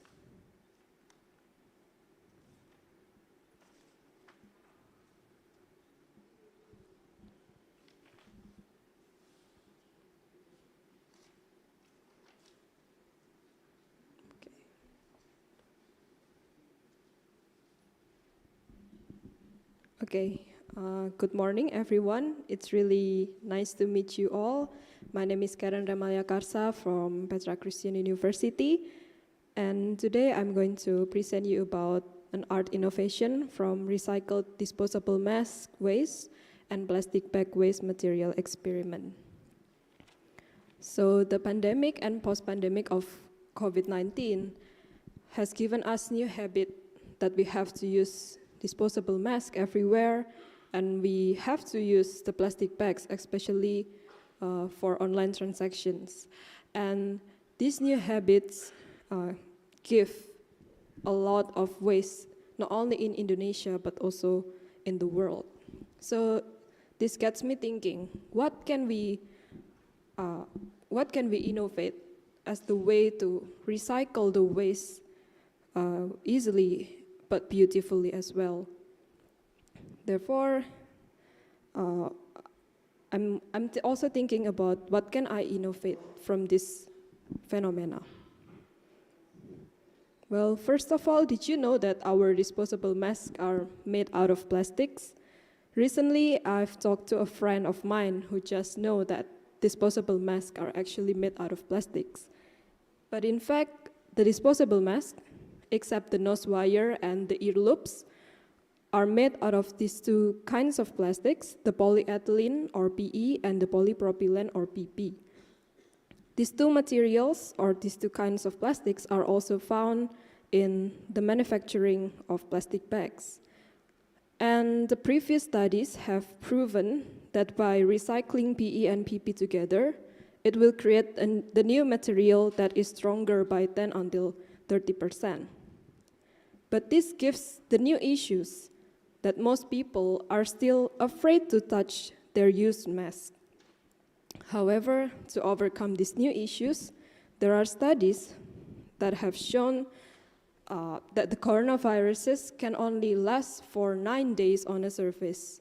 After that, the viruses will be inanimate. And the most recent studies have proven that the SARS-CoV-2 only lasts for 72 hours or 3 days before inanimate. So I suggest to prepare the mask 9 days, at least 9 days, before recycling it. All right, so the previous materials that I discover and I present are actually parts of the method that I'm using. So here I use the method of design thinking, a framework for innovation. The reason is because the process of innovation is inseparable with the design thinking. And as you can see here, the process of design thinking has 5 steps. The first one is the empathize step, and then define, and then ideate, prototype, and test. The empathize and define steps are part of understanding the issues and the problem statements. And after that is the ideate steps. And the idea is to simply use iron. Iron is a very accessible and affordable tools that almost every household has. And by using iron, it can give us the advantage to melt the plastics together, and we can also put pressures through the iron to unite the mask and plastic bags together. And the iron will give heat to kill the viruses as well. And then the next step is the prototype. Here I tried different experiments, different chapters of experiments by trying different compositions or ratios between the plastic bags and the mask. And then I tried different shapes, colors, and motifs or patterns. And then the next step is the test step. In this step, I implement the finishing material into a usable products. However, this design thinking, as you can see on the diagrams, are in loop, not a linear process. So it doesn't necessarily mean that test is the end of the steps. But after test, we can come back again to the empathize and repeat the process. All right, so here are the first experiment, is to use different ratios between plastic bags and the mask.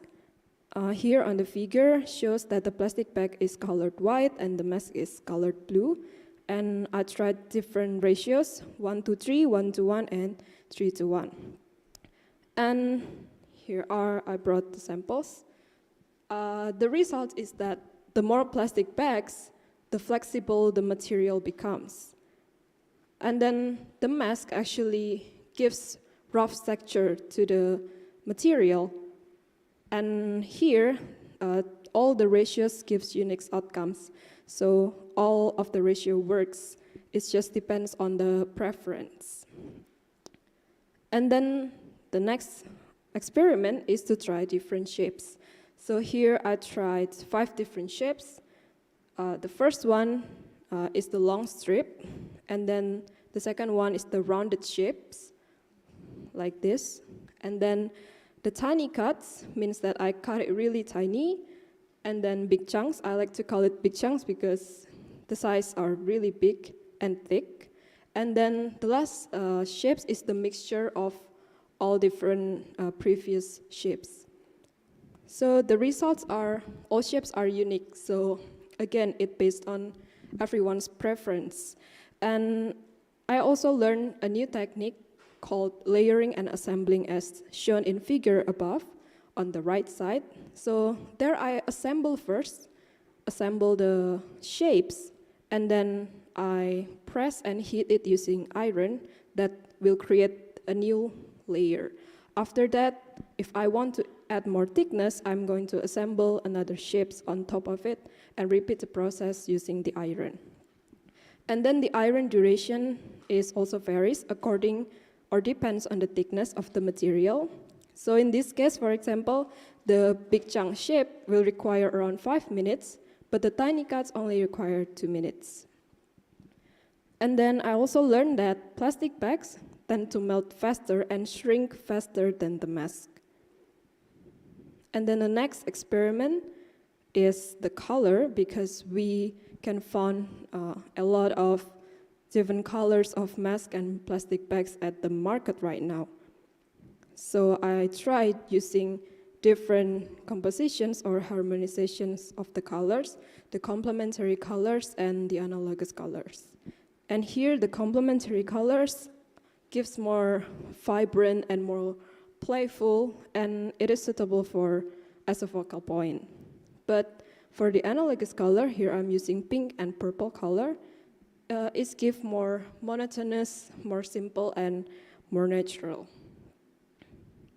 All right, so then I also try to use different types of motifs, because not only can we find the mask is varies in colors, but also right now mask has many motifs.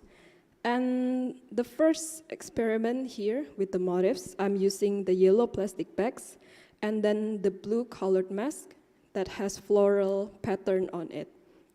And I decided to cut it on the same size and try at the first time to melt it together using the iron.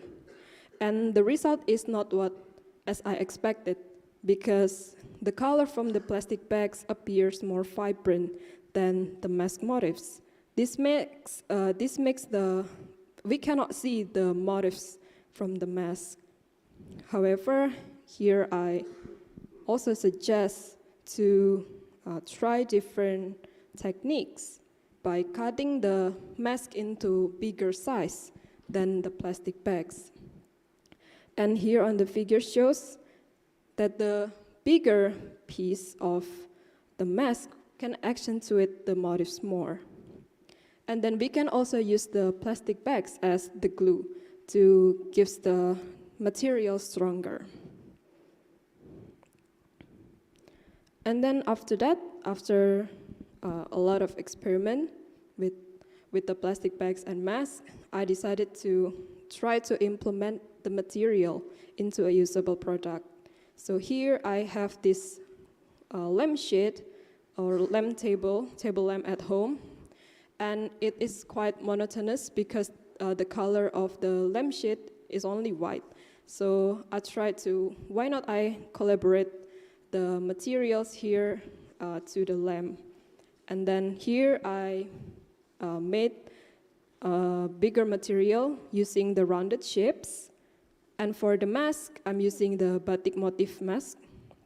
And then for the plastic bags, I'm using the color black, orange, gold and brown, and then I also use the same method using the iron, and then the result is on the right figures, and to me it can give unique shadings, especially the materials can radiate lights differently and uniquely through the different transparency values produced by the different compositions and thickness from the mask and then also the plastic bags.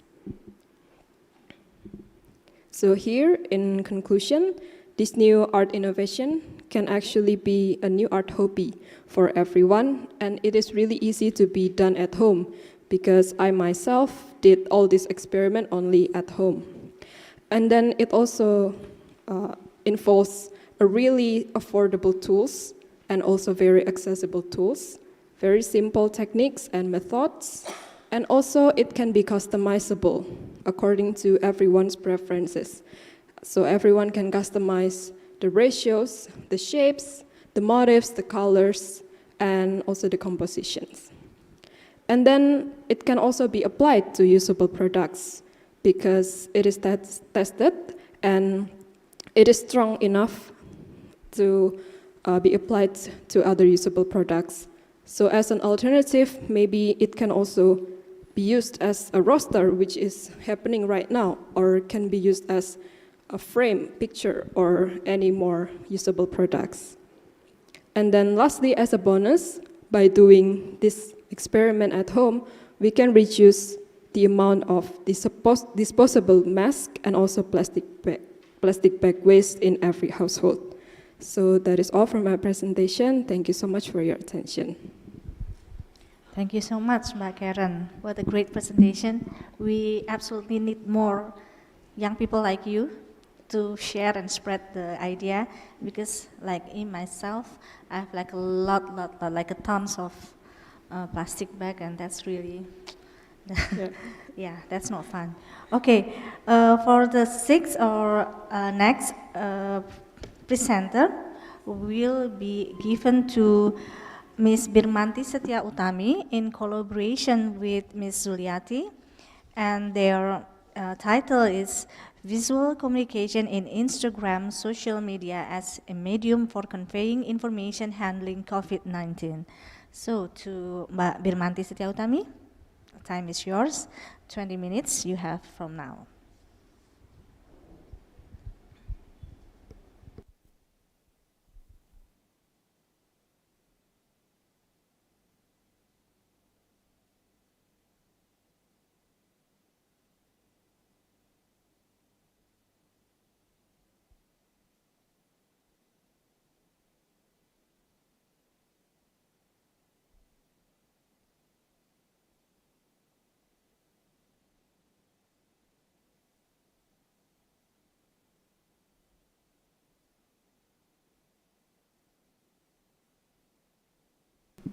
Okay, good morning. Thank you for the opportunity. Right now I'm going to present our research, me, Birmanti Setia Utami, and Ms. Suliati. This is about visual communication in COVID-19 pandemic.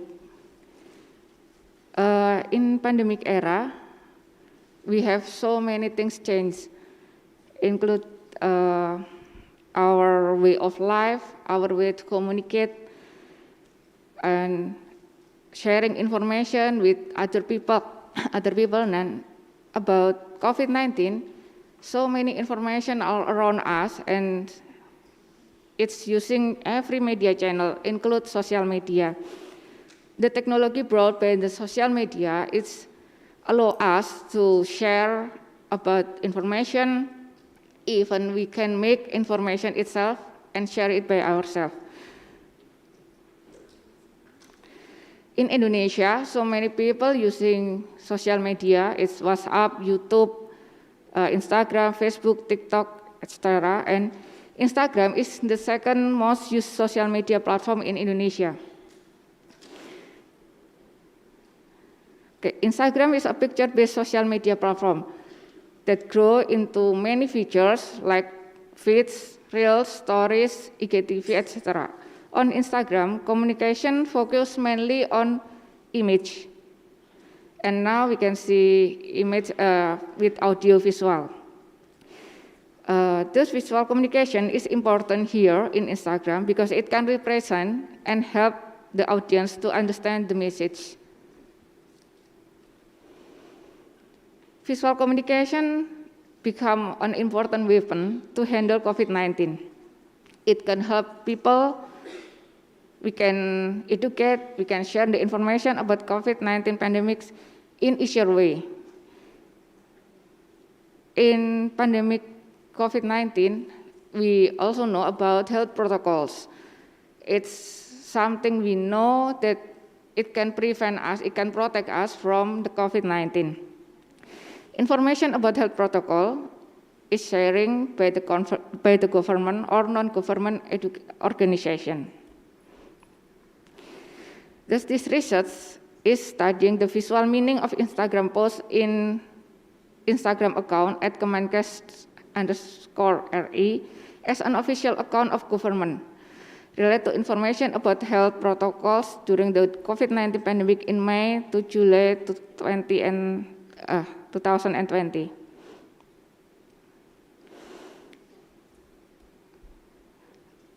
In our research, we are using qualitative method and semiotic analysis to interpret the meaning behind the visual.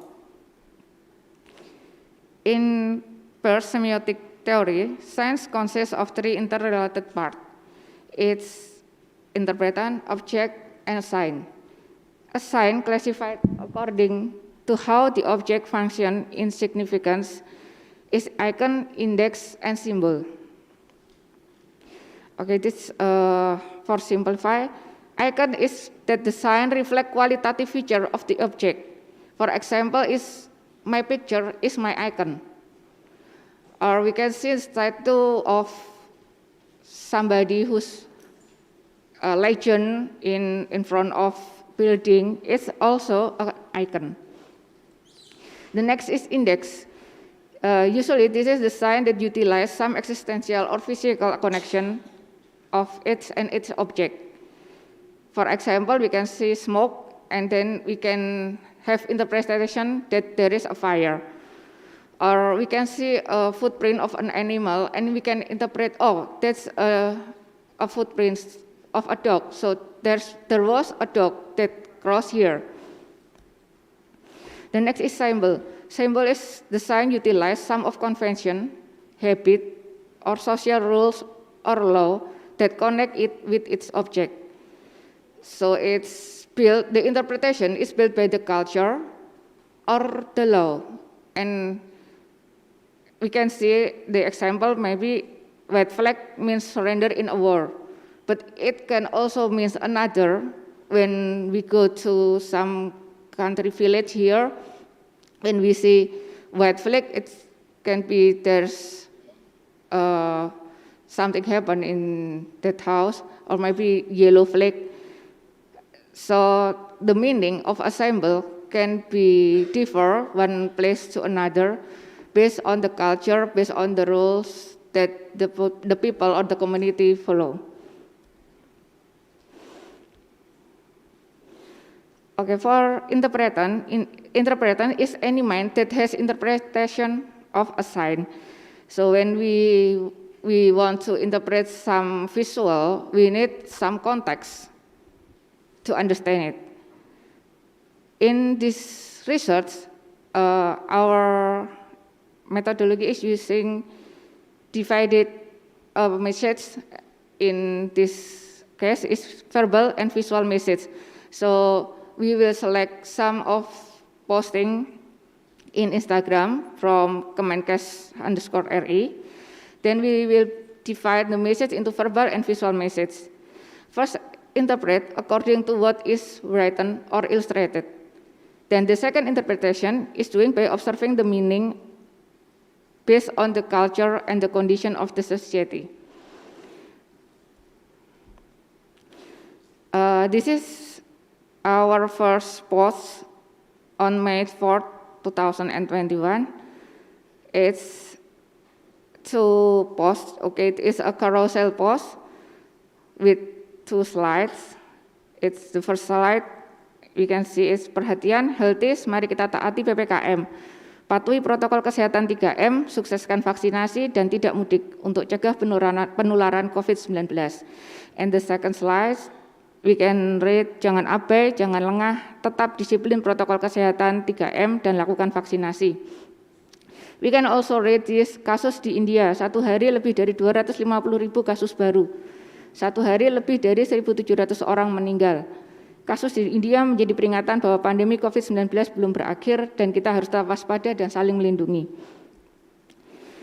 So from the first slide, we will divide in verbal message and visual message. Okay, the first, this is on the verbal message. We can see the headline is the word perhatian. Okay, in English is attention.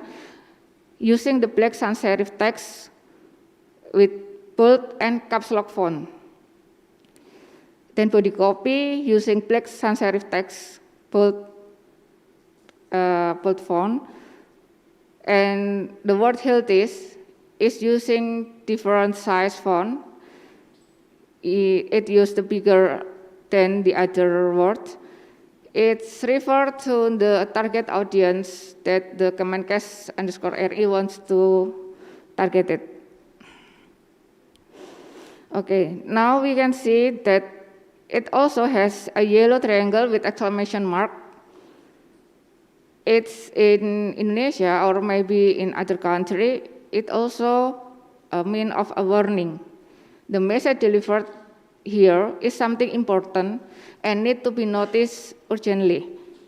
The red color is a symbol here in this post. We can see that the red color is quite drawing our attention. It's a symbol of a danger, like a threat, and needs an attention from the audience.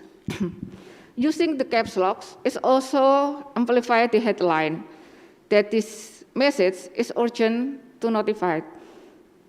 The sentence in body copy divided into 6 lines. It's to clarify the message that's sent to the audience, so it's also easier for us to read the message. The next visual message, we can see in the right corner, there is a picture of 5 people under an umbrella. We can see white hair couple, dark hair couple, and a girl. We also see red splashes above the umbrella and the umbrella itself. And this is some picture of symbol of Kemenkes_RI and some of their account in other social media. This is also a sign who sent the message. This is the communicator identity. It's actually the communicator identity is there in every post they made. Okay, now you can see the first visual, the white hair couple. It's not just white hair, they're also wearing glasses. And this is index. Index is sign of old age. They hold each other. It's an index of togetherness or affection or support to each other. And below we can see dark hair couple with a girl. The dark hair become an index of a youth age. These 3 people together, hands holding each other, it indicates a connection of a family, maybe togetherness, affection, and support.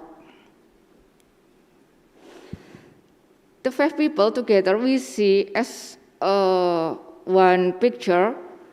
It means we can have interpretation that this is a family with grandparents, son and daughter, and grandchildren.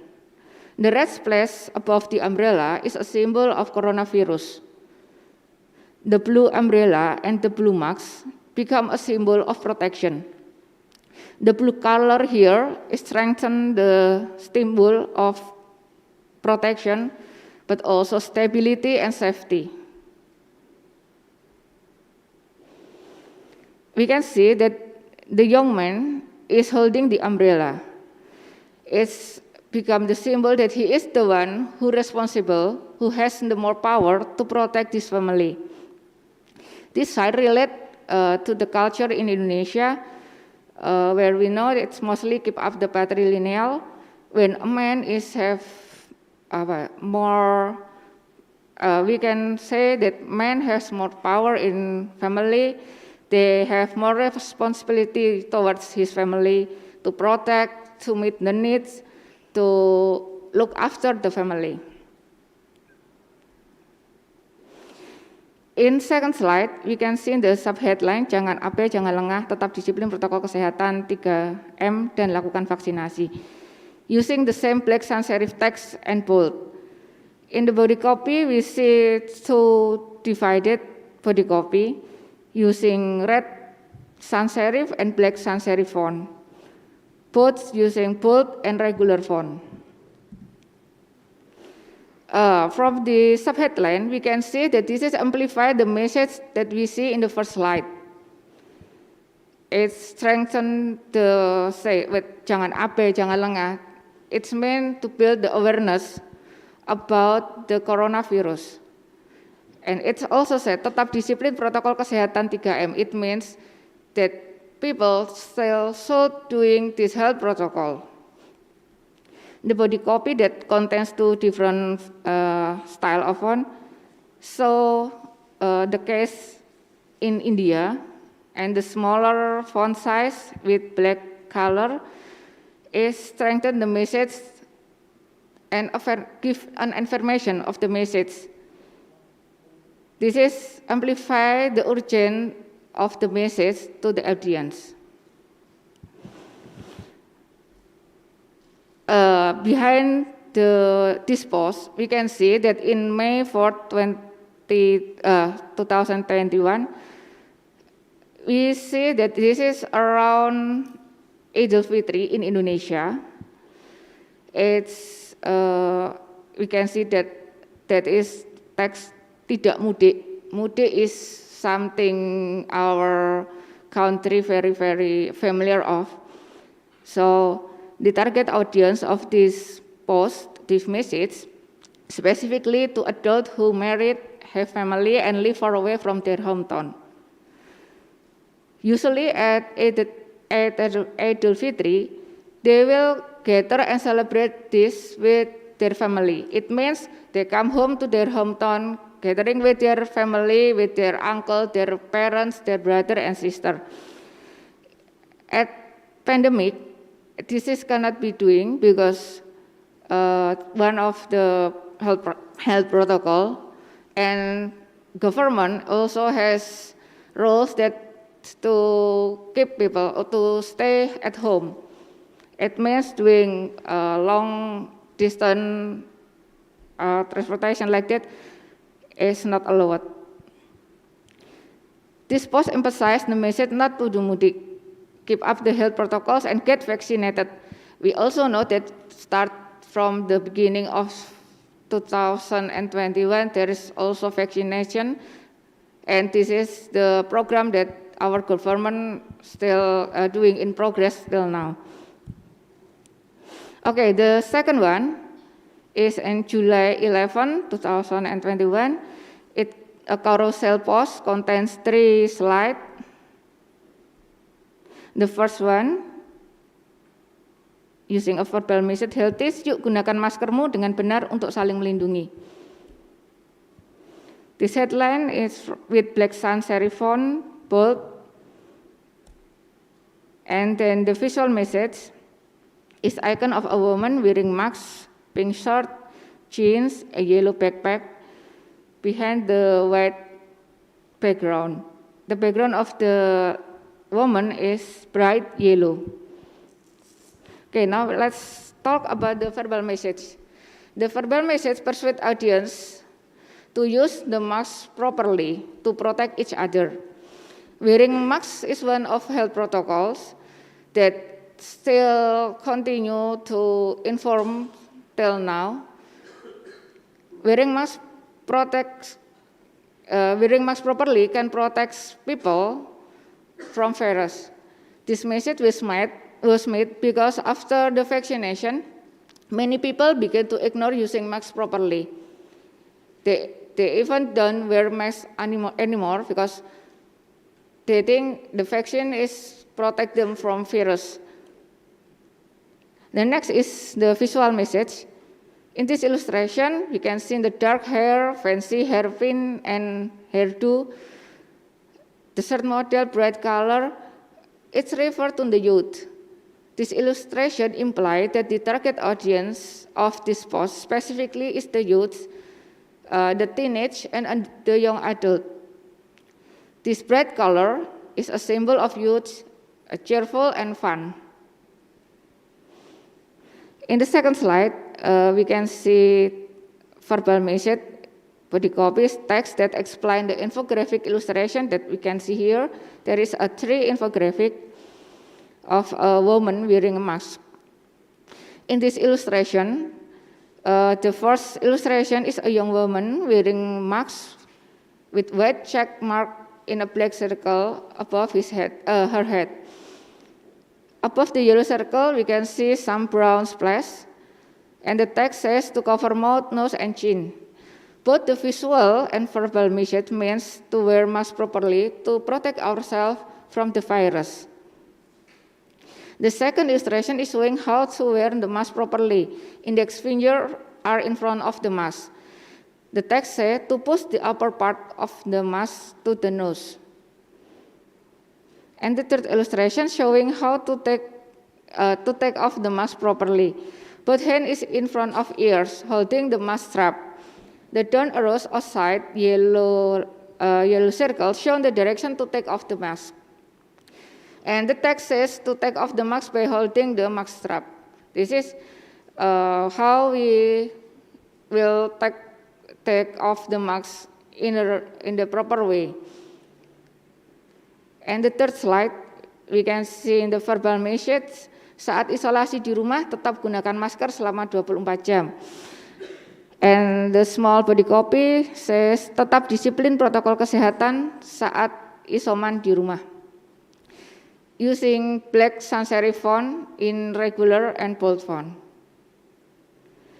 In visual message, we can see a man on the bed wearing a blue mask, orange long sleeve shirt, blue trousers, and holding a netbook. There is also a window and a side table beside the bed, and a yellow bag, blue slipper, and yellow mat.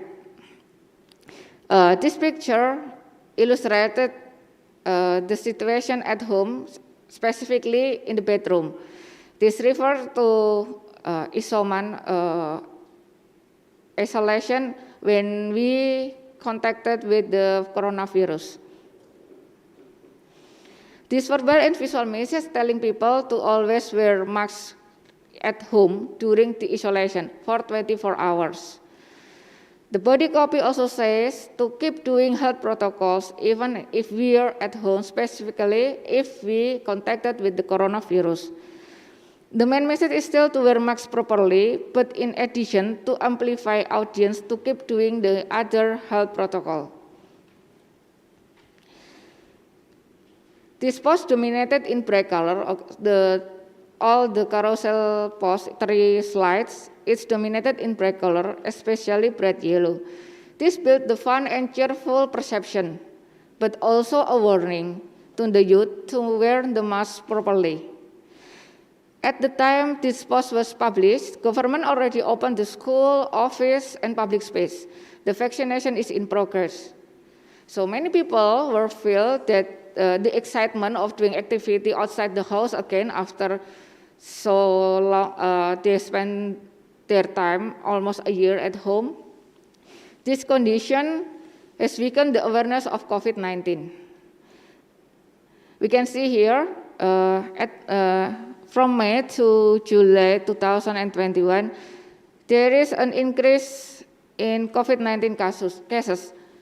So that's why in government account, they remind people to keep the health protocols in their daily life. Okay, both posts made for different target audience. The first post for May the 4th is made for adults, specifically those who had married. And second, made for teenage and youth. Second difference is the main message. The first post given the message about implementation of health protocol, obey the PPKM and stay at home during Idul Fitri. When the second message, the second post, main message is to wear masks properly. So they focus on wearing masks properly. The similarity of both posts is about protection against COVID-19, mostly by doing health protocols in daily life. As said before, the condition during May to July 2021, the COVID-19 case is increased. Even after vaccination is in progress, the case still increase. This is proof that there is a weakened awareness of COVID-19 in people in Indonesia. So to prevent the worst case, government using Kemenkes @Kemenkes_RI tried to remind the community, the people, that they need to protect themselves, their family, and people around them by keep up the health protocols. As we know, the children and elderly are more vulnerable to the COVID-19. So that's why in this post, they illustrated that children and elderly are holding the man who hold the umbrella. It means that this young man, is giving support to protect the family. It's adding the important role of adult to protect the family with keep up the health protocols. So our summary from our research is at Kemenkes_RI made post according to the current situation that happened in Indonesia, but they still bring the main message from government. It's like in the vaccination, the agenda of vaccination is still repeated to inform to the people over and over till now. But in other way, they also remind us to keep the health protocol in our daily life. This visual communication has important role to communicate and educate community. In current situation of COVID-19 pandemic, Instagram could be optimized to send message to community, building engagement and trust to people as target audience. Those people could participate more and support the government agenda. That's all our presentation. Thank you for the attention. Thank you. And for the next one is for the seventh speaker, that are Nindya Galuh Fatmawati, and also in collaboration with Agni Saraswati.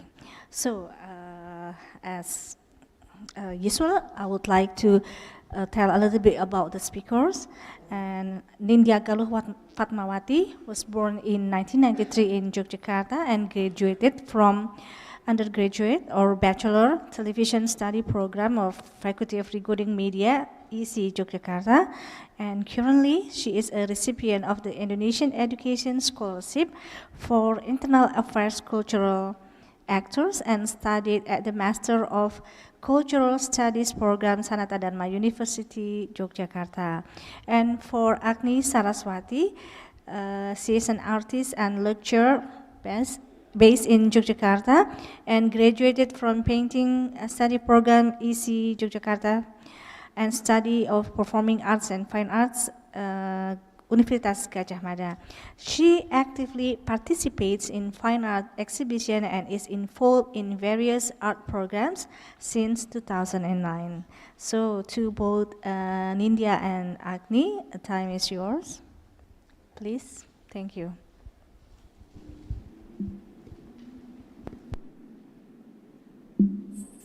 Thank you, Ms. Alfi, and I would like to share my paper. Okay.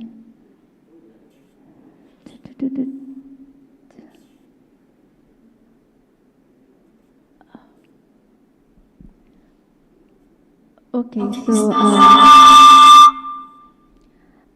thank you for this opportunity. I would like to share my paper entitled Religiositas dalam Film Woodjob, or Religiosity in Woodjob Film, which written by me and Nindya Galuh Fatmawati. And okay, so this is the background of this study. So formal education tends to prioritize the procedures and quantity of rituals, not the quality of understanding religion. So being religious in Indonesian is defined as menjadi religius. So it's a stage above having a religion.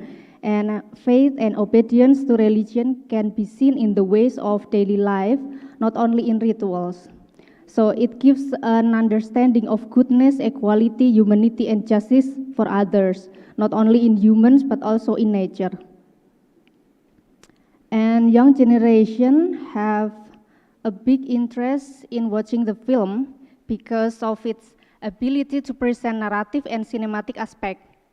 It provides new perspective and attitudes, which is able to change the audience consciousness to be more active with the issues that delivered in the film. So the slice of life drama genre is considered the most significant object as it shows an immersive experience of everyday life. So the main ideas of a slice of life in Japanese film depict a simple life in a peaceful village, closeness to nature, cooking culture, family gatherings, and farming activities. And it drives a new phenomenon of ruralization or deurbanization among young people today. The goals are to find balance and goodness in life, inner peace, and mental health amidst the hustle and bustle of urban life. And the contribution is that there are two research that conducted by Alria Puspitasari and also Raras Wulandari. And this previous research showed that there is no research that specifically examines the religiosity in the film by using the religion theory, because Alria used the tindak tutur imperatif dalam film Wujob, which is use the socio-pragmatic studies, and the second one use the semiotica view. And my study aims to discover how religious values are delivered in these films through its dialogues and mise-en-scene. And my method use descriptive qualitative method and literature study, and Wujob is the right choice as it shows religious values. And at identification of the internal elements of the film, which includes scenes containing humanistic and religious values that can be seen from its narrative elements through its dialogue, and also cinematic elements through the mise-en-scene. And the duration of the film is 1 hour and 56 minutes, and it contains 62 scenes, which include 11 scenes that depict significant values. So these are the selected scenes, but I will discuss 4 of them.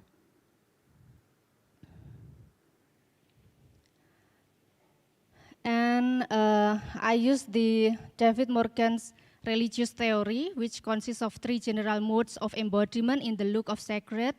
The first one is the body before image, which is the arrangement of images, their appearance, and their physical relationship with the viewer. And the second one is the body in the image, which is the close relationship between the body and the image in such a way that the image becomes the habit, feelings, and expectation that the body carries.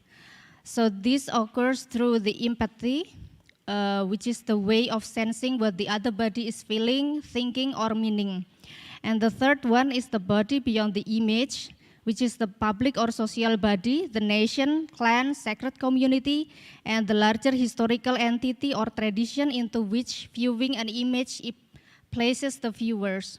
So this body comes from the outside of the image, which brings the viewer into a relationship with the transcendent.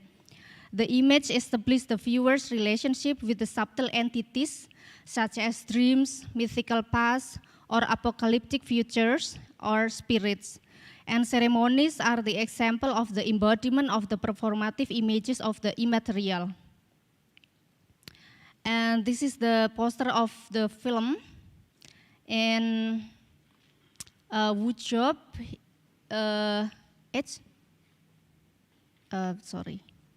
So Wujob was released in 2014. It's a Japanese comedy drama film directed by Shinobu Yakuchi.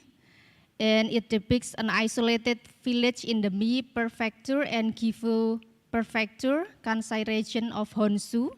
And the story begins when a high school student, Yuki Hirano, fails his exam, and then he decides to join the program as a forester. And as a slacker, he tries to give up and run away a couple of times, but then finally he passes the training program. and he works in the Nakamura company in Kamusari village, a remote village on the mountain. And then he gets enlightenment, and he learns about hard work, respect for others and nature from the forester. And this is the first scene, which is in the beginning. Okay, it is in minute 2:57 when he noticed a pretty girl on the cover of a magazine with the caption "Come work with us," and then he decides to join the program. So it shows the body in the image, and this is a response to relationship between the mind and heart, and it creates an action to help oneself in solving his problems. So it can be called an empathy. And this attitude does not always have to be dealing with others, but can be towards oneself, as Yuki did. And empathy, according to Morgan, is one of the important operations in the way to feel what the body feels. And this is the second one, which is in the middle part. And it is in the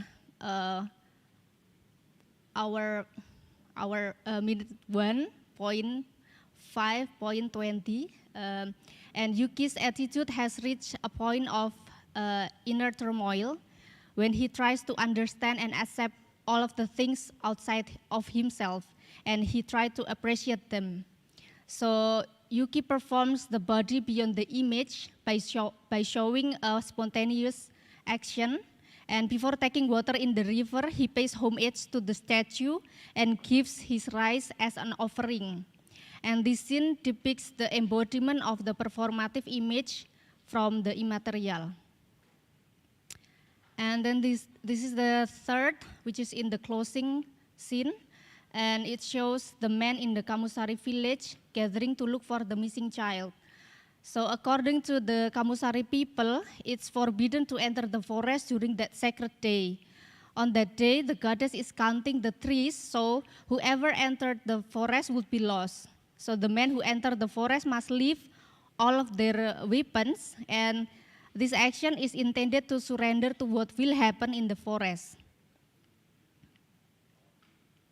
And Yuki was a figure who did not respect nature and was considered an outsider who could bring a curse to the Kamusari village. So in this scene, he emerged as a hero because he can find the missing child.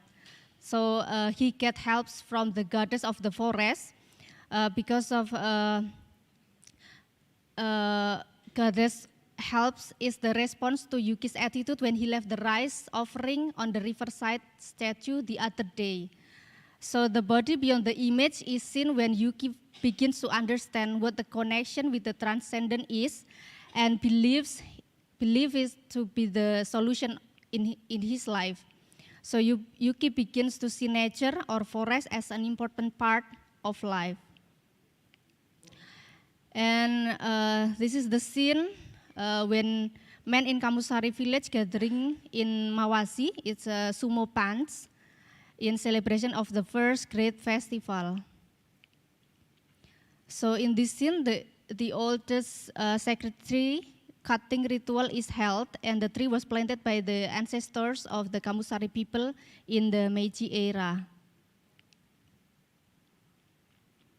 So the body beyond the image is seen in this scene. The first great festival shows the embodiment of the performative images of the immaterial, born from the collective involvement of the body, divine or sacred community, along with the influence of historical entities. And this is the conclusion. So Wujob film, through its narrative elements of dialogue, cinematic and mise-en-scene, acting, setting, and artistic, is able to show the religious values. So there are two embodiments of sacred visual construction from David Morgan's theory. The first one is the bodies in the image, and the second one is the body beyond the image. And it's seen that daily activity that is spontaneous but has the value of sincerity and kindness will answer the question of life. At this stage, religion gives meaning to human life and explains the purpose of its existence. And some of his research said that the young Japanese feels that when they get older and experience the complexity of life, they will need religion as a way to calm the soul. And it seems that the one wants to believe in God as one get older. So thank you. That's all. Thank you for your attention. Thank you. So I would like to confirm, so you are the Mbak Nindya or Mbak Agni? Oh, Mbak Agni, okay. So thank you, Mbak Agni.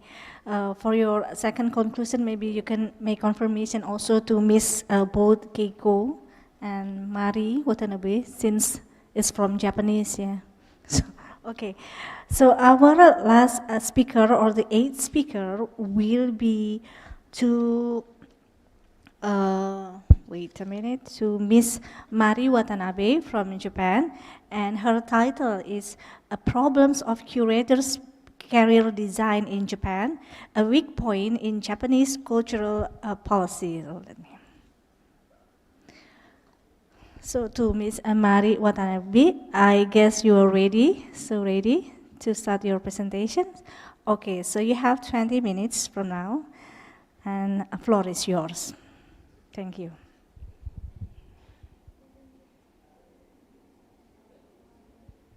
You still mute? Maybe you need to unmute your microphone.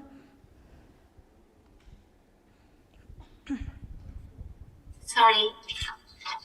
Thank you, Moderator Dr. Arbi. And good morning, everyone. Good morning. My name is Mari Watanabe. I'm a PhD student in Osaka City University. It's a great honor to be able to speak to you today. And let me allow to share the screen.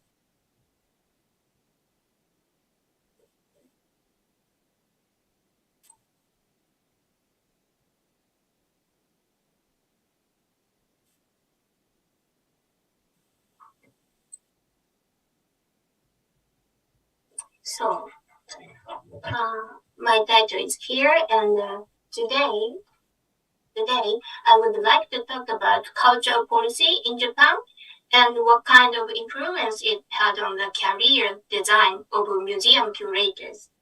I'm currently involved in running a curator training course at the university, so I'm interested in career design of curators after getting a job as a curator. Here is the outline of my presentation. First, I will discuss the change in Japanese cultural policy and how the issue of career development for curators has been left behind. Next, I will discuss the specific impacts of the changes in cultural policy. 渡辺さん。はい。スライドがね、すごく小さくて、スライドになってないんですけどね。ノートの方が見えてて。そうですか。スライドプレゼンテーションした方がいいですよ。あれ、これだと何が見えてますか？これだと、左側に、一覧が出てて、それをスライドショーのなんかしないと。スライドショー。それから、これすると。ちっちゃいですか？ちっちゃいです。そうね、もうちょっと大きくできるかな。まだ小さいけどね、要するに前面に出てこないんですよ。フルスクリーンで。フルスクリーンで出た方がいいですよね。そうです。どうしたらいいのかな。これ僕ね、Windows じゃないので、ちょっとよくわからなくて、スライドショーのプレゼンター用の表示にしてるんですが、で、これプレゼンター用じゃなくて、オッケー。プレゼンター用じゃなくて、今、オッケーです。これで大丈夫。これでいいですか？はい、大丈夫です。ありがとうございます。だから最初からした方がいいですよ。はい、オッケー。ありがとうございます。I will start the outline Okay. First, I will discuss the changes in the Japanese cultural policy and how the issue of career development for the curators has been left behind. Next, I will discuss the specific impacts of the changes in cultural policy. In particular, I will talk about the advantage and the disadvantage of the designated manager system in Japan. Then I will present some case studies from interviews from curators. Finally, I will offer some conclusions. I would like to start by talking about cultural policy. Since the end of the World War II, Japan's cultural policy has been dominated by the administration of cultural property protection and has not been highly active in cultural promotion. It was not until the 2001 that the basic law for the promotion of culture and arts was finally enacted. In 2017, the government revised the law. Its new law is to incorporate measures in tourism, town planning, international exchange, welfare, education, industry, and other related fields in the region in the line with the terms. The law of promotion of cultural tourism is concerned with the promotion of tourism aimed at deepening the understanding of culture. Linked to these legislative developments, the Museum Act was revised in 2022. The main content was a review of the museum registration system. The other pillar of the revision about the curatorial system, will continue to be discussed at the Council. As mentioned above, the situation surrounding museum in Japan has changed, and the role played by museum in cultural promotion has become more diverse and sophisticated. Curators are the main players in museum activities, of course. During COVID-19, curators were to respond in a variety of ways, from disinfecting the museum to online distribution. The Japanese curator system was originally established in a broad sense as a research workers from disseminate culture domestically and internationally and promote individual research. But the range of work that they need to participate in it has been expanding. However, local authorities tend to outsource facility management and administrative staff to cut their costs. As a result, the proportion of regular employed curators is declining, whereas an increasing number of museum management is relying on non-regular employees. The following case is a notable example of this situation. A, who have been performing curational duties as a regular employee of a public museum, could not remain in a curatorial position unless he became a contract employee of Company B, which became the designated manager. Furthermore, he was placed on a temporary contract every 3 years, the same as the term of the designated manager system. And not only did he not receive a pay rise, but he also did not know how long he would be able to work for the museum. In the case of non-regular employed curators, their example was low wages. Another widely acknowledged negative effect of non-regular curatorship is that it's difficult for non-regular curators to perform many curational tasks that require continuity, such as research and study of museum collection. Moreover, it's critical to establish a relationship of trust with the depositors, because the depositors entrust their collections to the museum based on relationship of trust with curators. This is a substantial problem for non-regular employed curators. Stable museum management requires the regular employed curators who can conduct their work while providing a long-time outlook. Studies on the career development curators are limited in Japan. Thus, it's necessary to clarify how curators work. In this presentation, I will discuss the result of interviews I conducted with museum curators. Particular attention was paid to career transition. The term transition refers to a turning point or migration.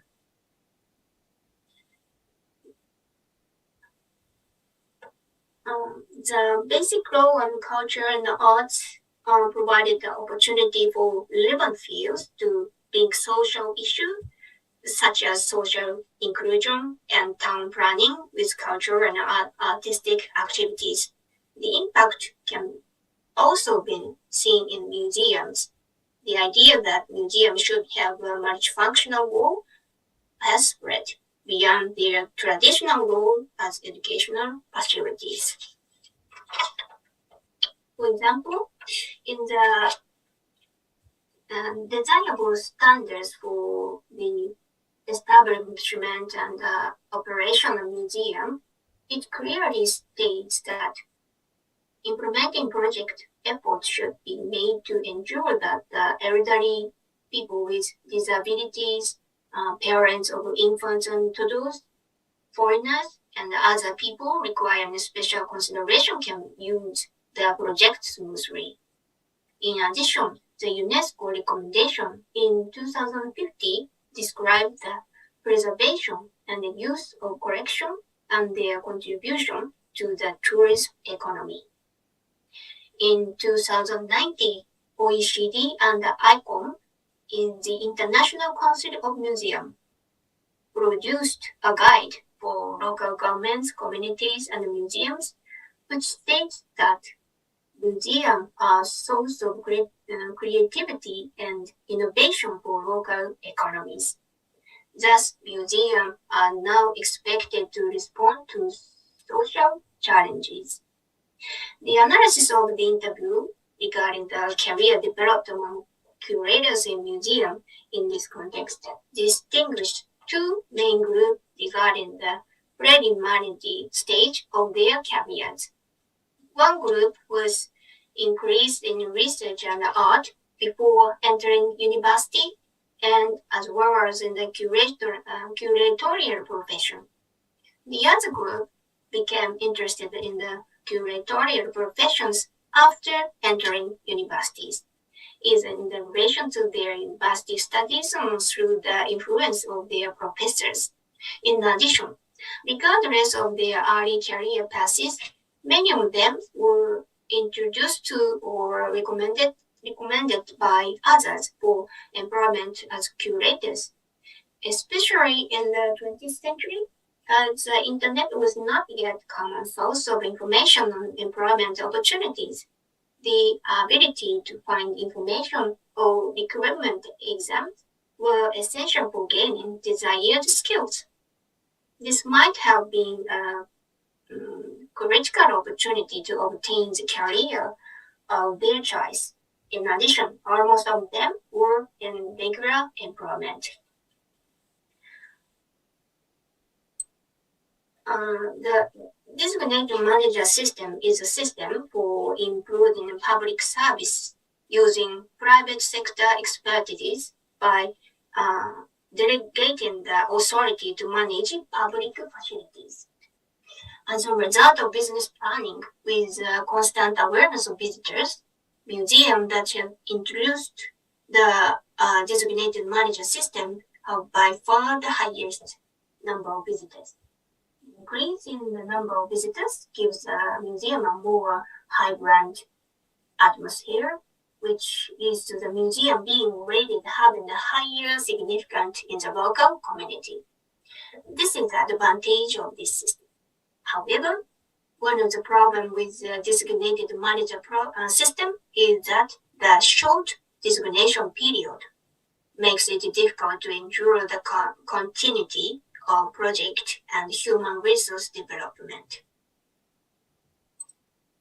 Here is a disadvantage case, which became well known throughout Japan. Directly triggered by the financial difficulties of Ashia City due to the Great Hanshin Awaji earthquake, which occurred in 1995, Ashia City Museum of Art and History fell into management crisis. The number of visitors did not increase, and the city's budget was cut. In 2011, the curator who opposed the policy of personnel cost reduction decided to retire en masse, and the issue of withdrawing deposit and donated work came to the fore. I will show you examples of interviews conducted thus far. Case 1. After completing her doctoral studies, A started working at the public museum.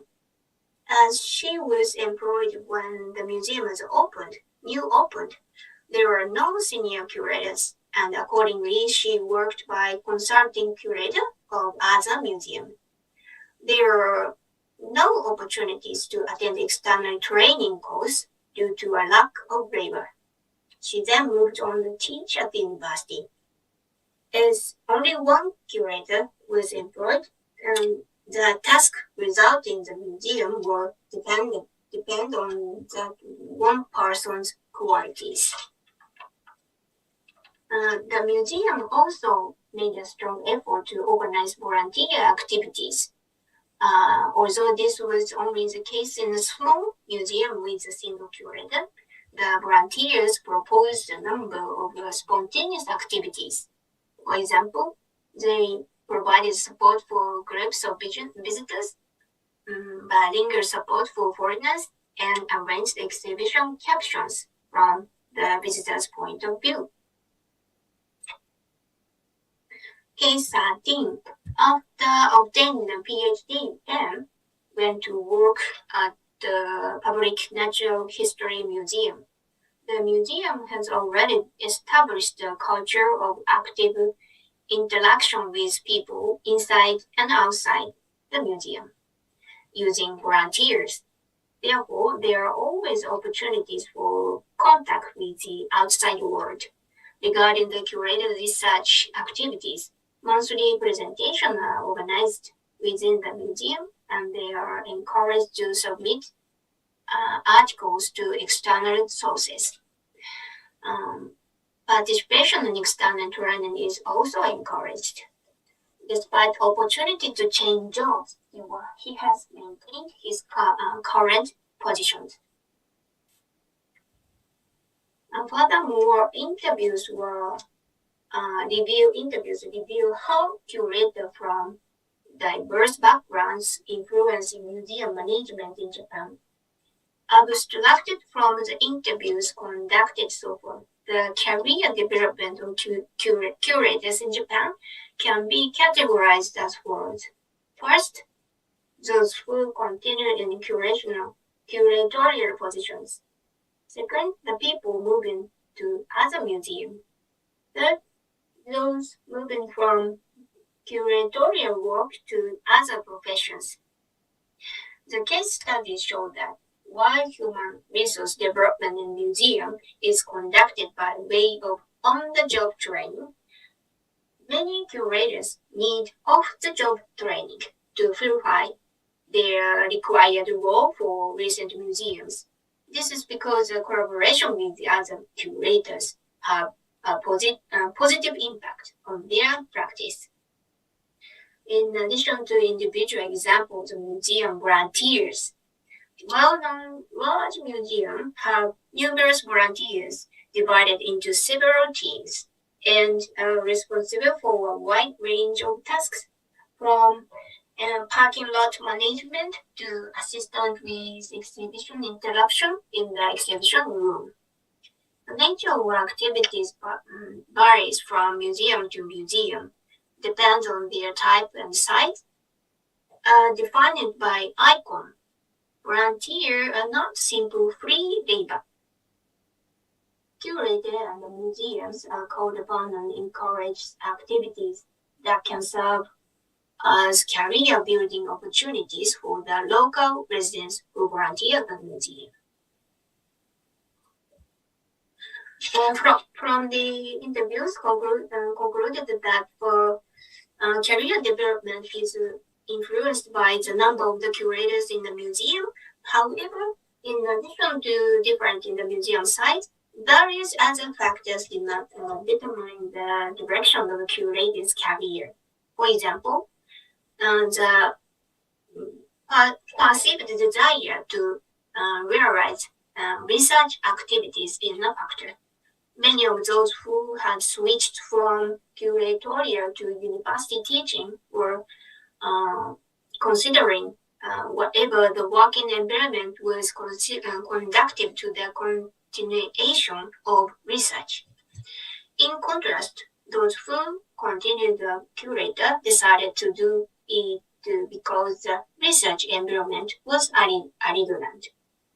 Other issues include differences in the employment attitude arising from the historical background and the choice of place of residence due to change in the family life cycle.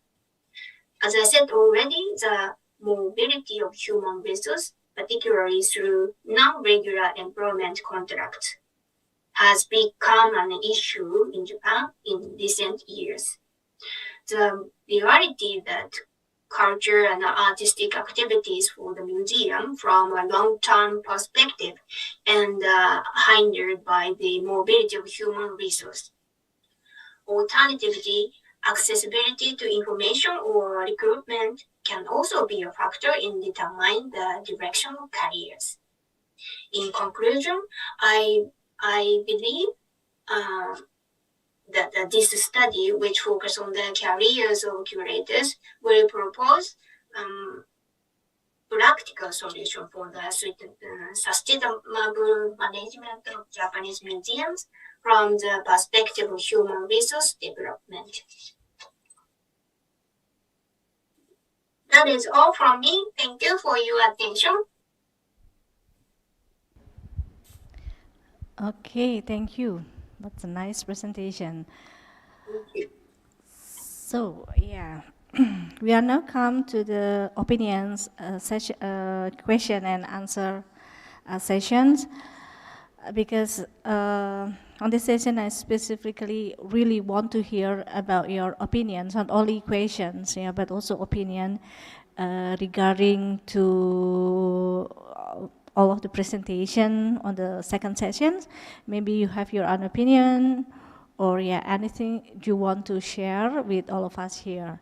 So as I write earlier on the chat column that you can write your questions, or you can of course can share your opinions or address your question directly on this room. And before that, please mention your name before you send the questions. So is there any questions or opinion or anything you want to deliver? Oh yes, please. Thank you. And your name. Is there any microphone that she can have? Okay.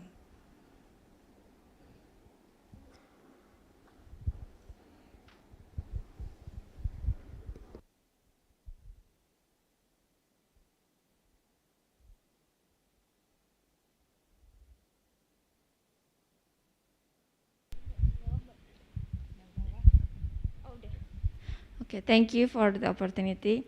I would like to ask Karen and also Mbak Irma. First of all, I would like to ask to Karen, the question is, name please. My name is yes. Karina. So I want to ask about Karen. The question is, have you tried or research about the durability of the plastic so that it can be implemented not only because I assume that you are from interior design major, so the implementation that you just made is for the interior design.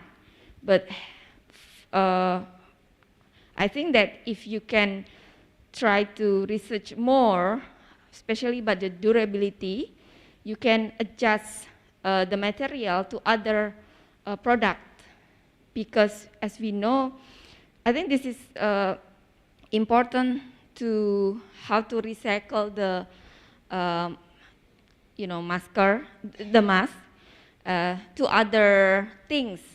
And for example, if you already mix it with other material, so I think the possibility is can be implemented in other products. That's the first question. And the second one, I would like to ask Mbak Irma. So it's very interesting, especially about the message. And have you also tried to explore the engagement of the content, especially the two contents? Maybe you can compare it between because you mentioned about the symbol, right? Have you also compare with the other content, especially photograph-based? And then how about the engagement, or the like, the comment, something like that? Compare between your, the symbolic content between the photograph-based content. Which one is the more impactful? Thank you. Thank you, Mbak Karina. What a great questions. So maybe, Mbak Karen, you can answer the questions. Okay, thank you for the question. I want to answer about the durability of this material. First of all, based on my own research, I've never tested the durability quantitatively, but here, as you can see, that the plastic bags and the mask can melt and unite together. And according to the previous research about the polypropylene and then the polyethylene mixture can be stronger by 10 until 30%. So imagine the durability of the plastic bags that can carry maybe like tens of kilos. It will be stronger by 10 until 30%. So that is the information. Thank you so much for your question. Is that enough, Mbak Karina? Okay. Sorry. It can be implemented to other product. It's very interesting. Thank you.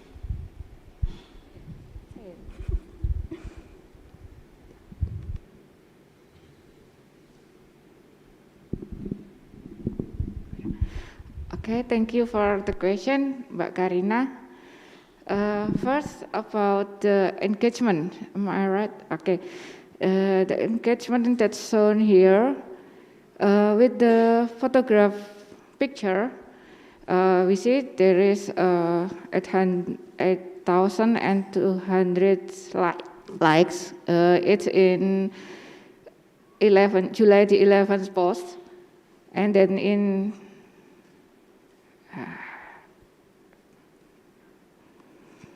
and the other post is about 5,022 likes in infographic style.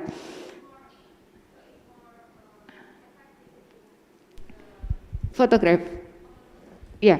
The engagement in photograph picture is gain more likes than the illustrated one.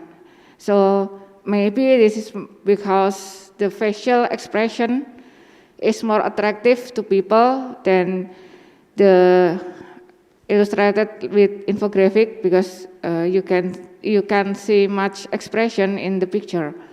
So I think this is why our summary is this Instagram could be more optimized, because from the engagement, some comment, some question didn't get any answer.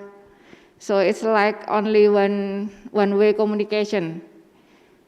It's too bad actually, because from Instagram we can gain more support from people, because this is one of the channel that the government use to share their information, to share their agenda, to persuade people to do their agenda. So if it's only from one-way communication, it's like I'm telling you to do something, but I'm not opening the communication between you and I. So if Instagram has many features to allow the communicator to do that two-way communication, it will be much better if the government through Kemenkes_RI can optimize that. Thank you. Okay, thank you. Some more questions from this room? Yes, please.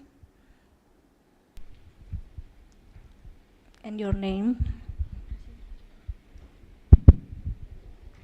Thank you for the opportunity. My name is Penny. I'm from KSW. My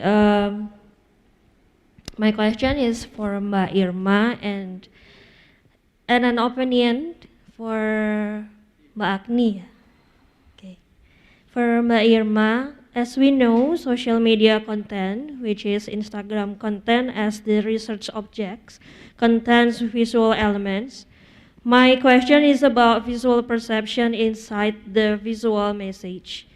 How semiotic theories gather the same perception of the target audience, since target audience need to understand one real meaning of the visual perception. This question is for Mbak Irma, and just one opinion for Mbak Agni. It was a very interesting research, and I would like to give my opinion about the ground theory, which you take for the ground theory is semiotic, right? One of the ground theory is semiotic. It would be more interested if you use the semiotic theory through digging out again with the Barthes code, like narrative code, and then symbolized code, and then the cultural code. And it would be very interesting, more deep for the meaning. That is my opinion. Thank you.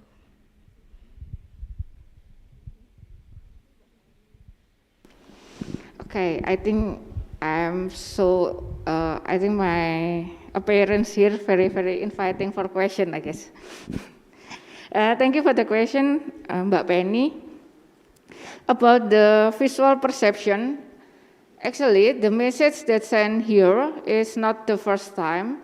So it's already given over and over since the first day of pandemic. This kind of build visual culture habit for the people. So they get used to the picture, they get used to the infographic. They see that picture not only from Instagram, but also only from other media. So it's easier for us to give the meaning, to build the perception to the people, because they already have this context, this mindset in their mind. That helps also for the communicator to build or to develop more picture, more engagement visual. So this can be more persuade for their target audience. Thank you. And to Mbak Agni, something you want to respond for the opinions? Okay, thank you so much for your opinion, Mbak Penny. Karina, sorry. Mbak Feni. Feni, sorry. Okay, thank you so much for your opinion. Okay, I just.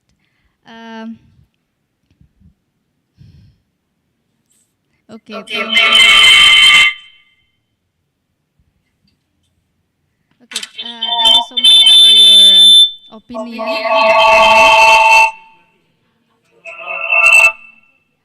Unmute aja ya. Okay, thank you so much for your opinion, Mbak Feni. And semiotic is a very interesting theory, yeah, as you said before. But I use the religion theory to make it different from the previous research. So that's why I choose David Morgan theory about religion theory. Thank you. And I think there is another question in the chat room. Yes, yeah. Well, okay, let me read it. So there is a question from Lucia. I think Lucia is from a television department, yeah.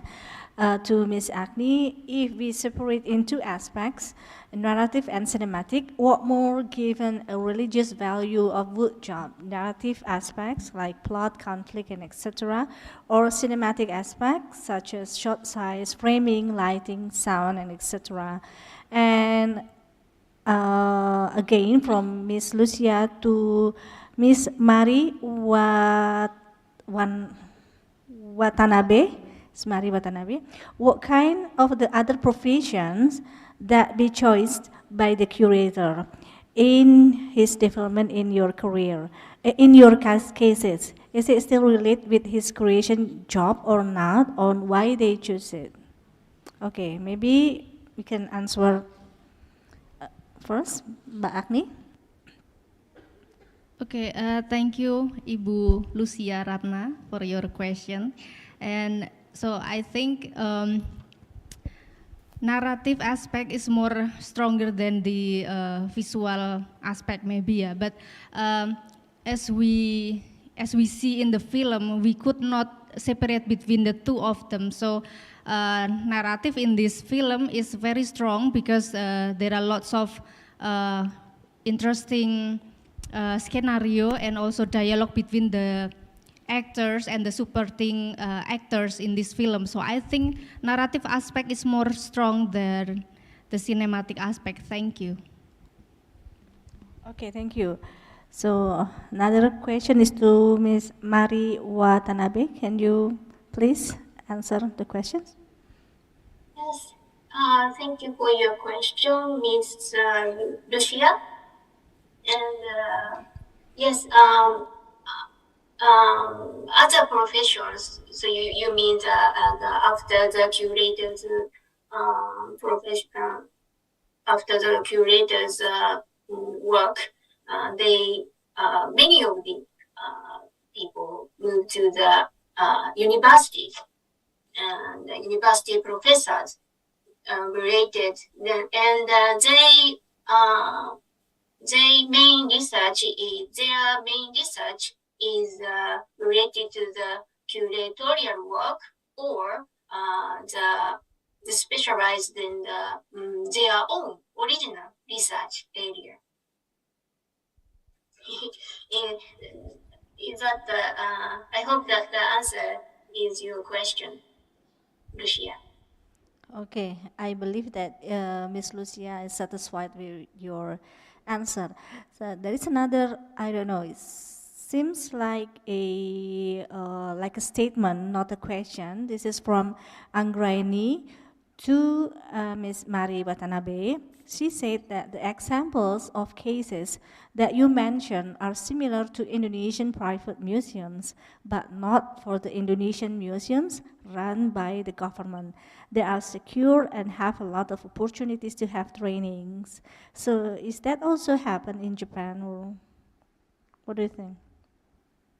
Yeah, also thank you for your question, Dr. Anggraini. Thank you. And your comment is a very important thing to the Japanese museums. And yes, right, the national museums, national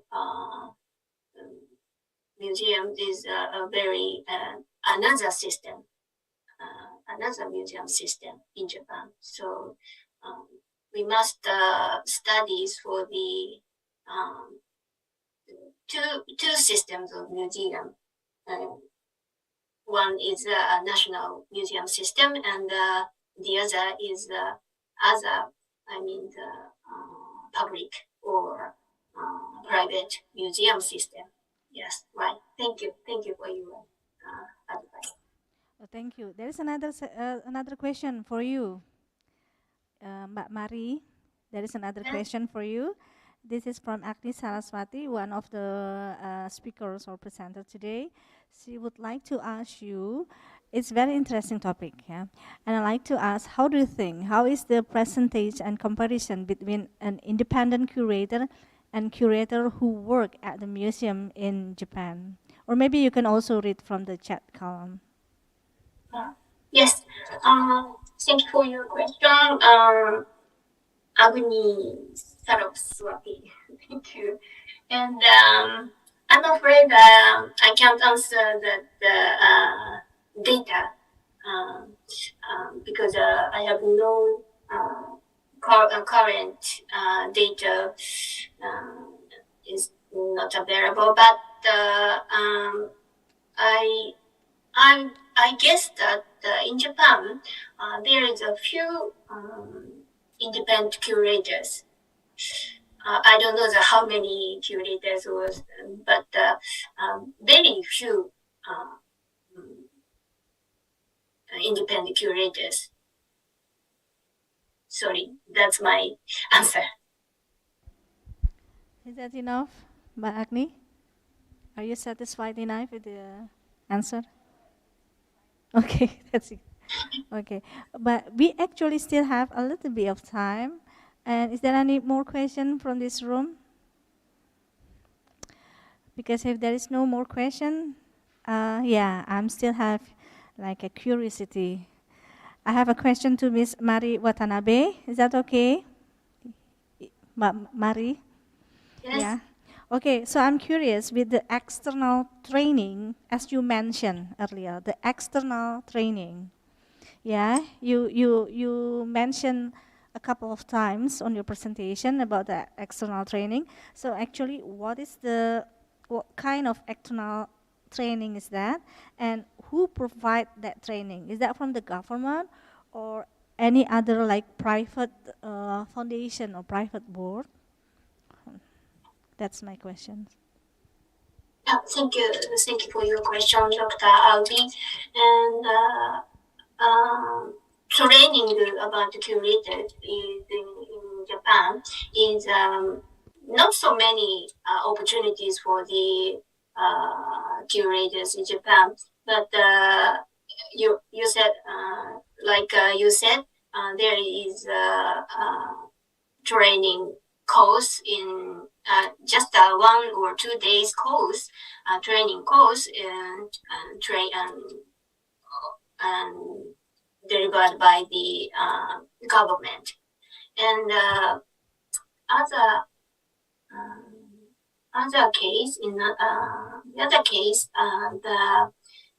in Japan there is a few association about the museum.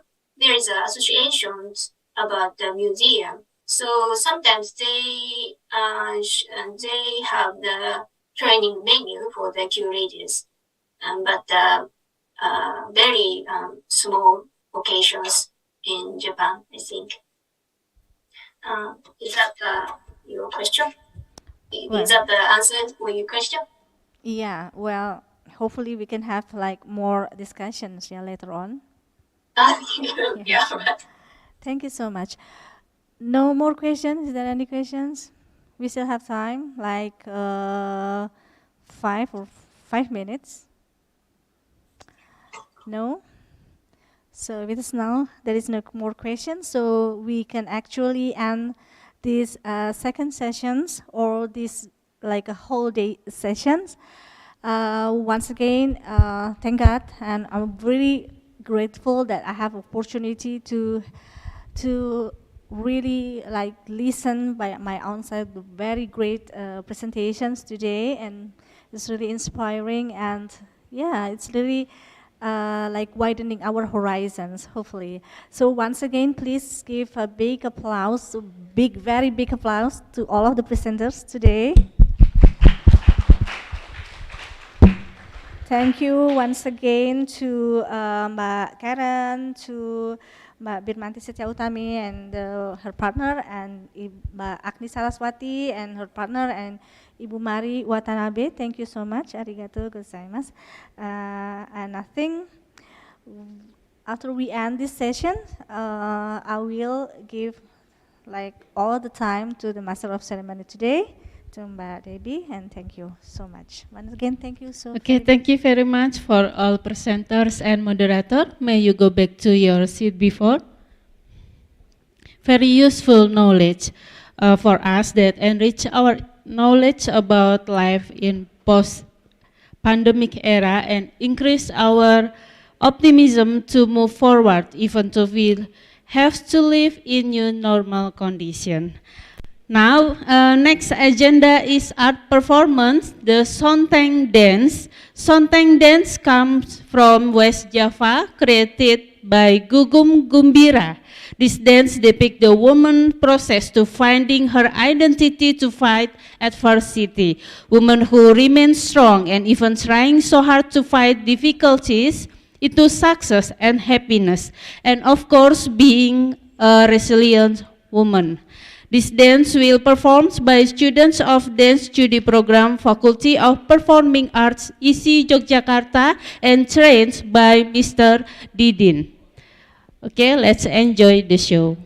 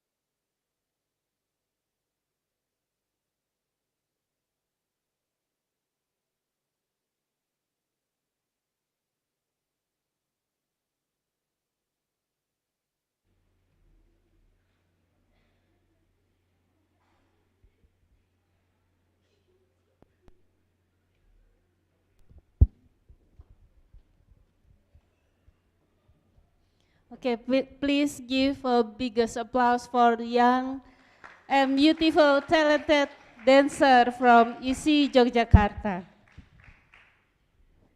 The next agenda is closing speech by Vice Dean of Faculty of Cultural Studies. Dean of Faculty of Cultural Science, Gadjah Mada University, Dr. Setiadi. Please come forward. Okay.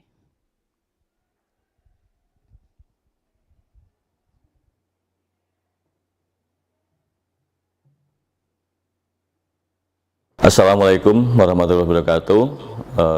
Salam kebajikan, namo buddhaya. Your Excellencies, academic staff, researchers, students, and all participants of the 19th Urban Resilience Research Center Seminar, ladies and gentlemen, good afternoon. We are now at the end of this two-day seminar.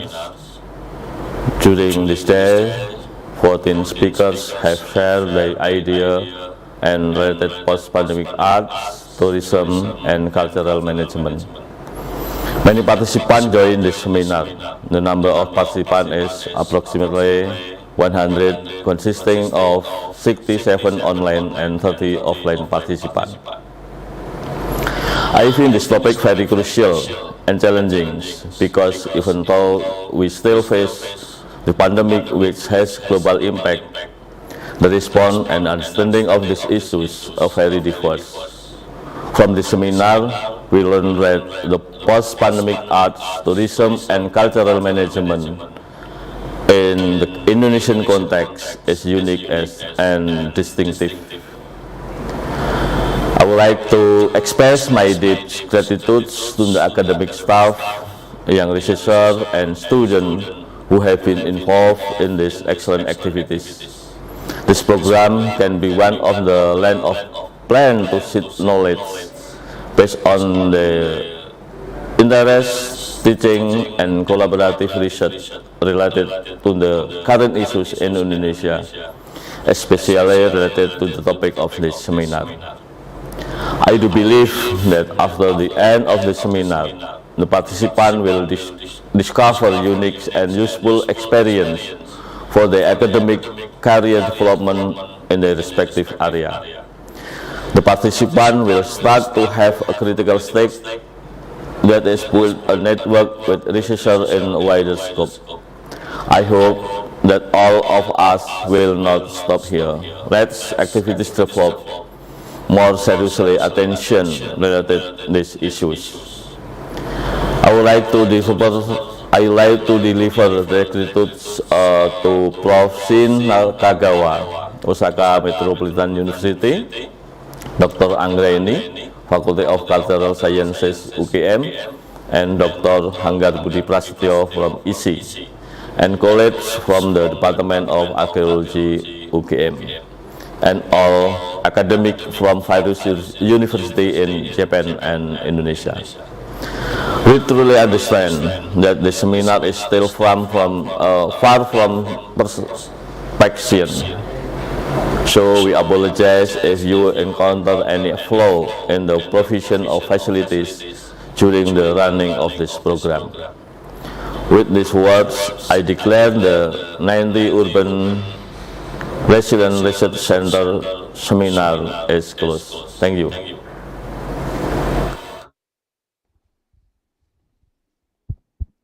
Okay, thank you, Dr. Setiadi, for the closing speech. Before finish this agenda, I would to inform you that the presenters in this two-day seminar is the 11 selected articles from 25 abstracts that had been submitted. But all submitted abstracts will get the opportunity to publish in Humaniora Journal, Faculty of Cultural Science, Gadjah Mada University, or Journal of Urban Societies Arts, ISI Yogyakarta, according to the advice from the reviewers. Next agenda is the photo session.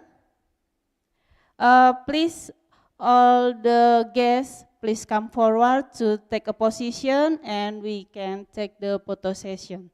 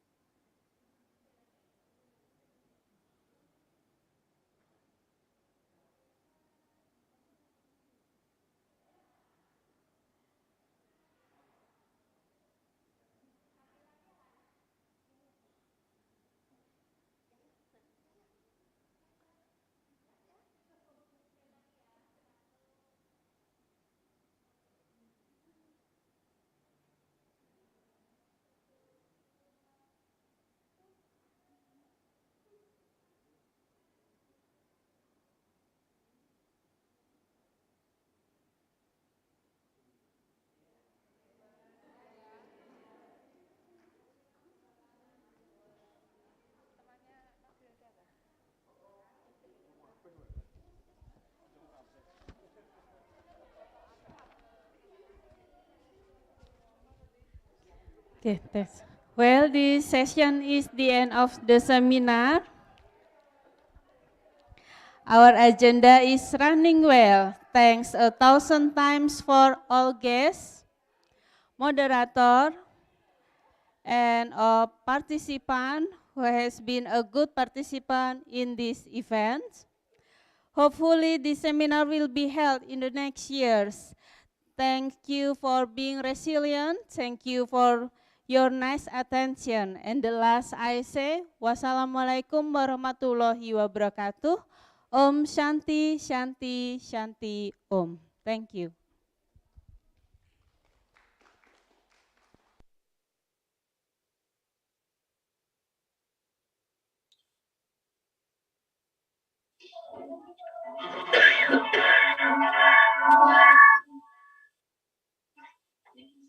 Bagaimana Bu Sylvia? Batuk?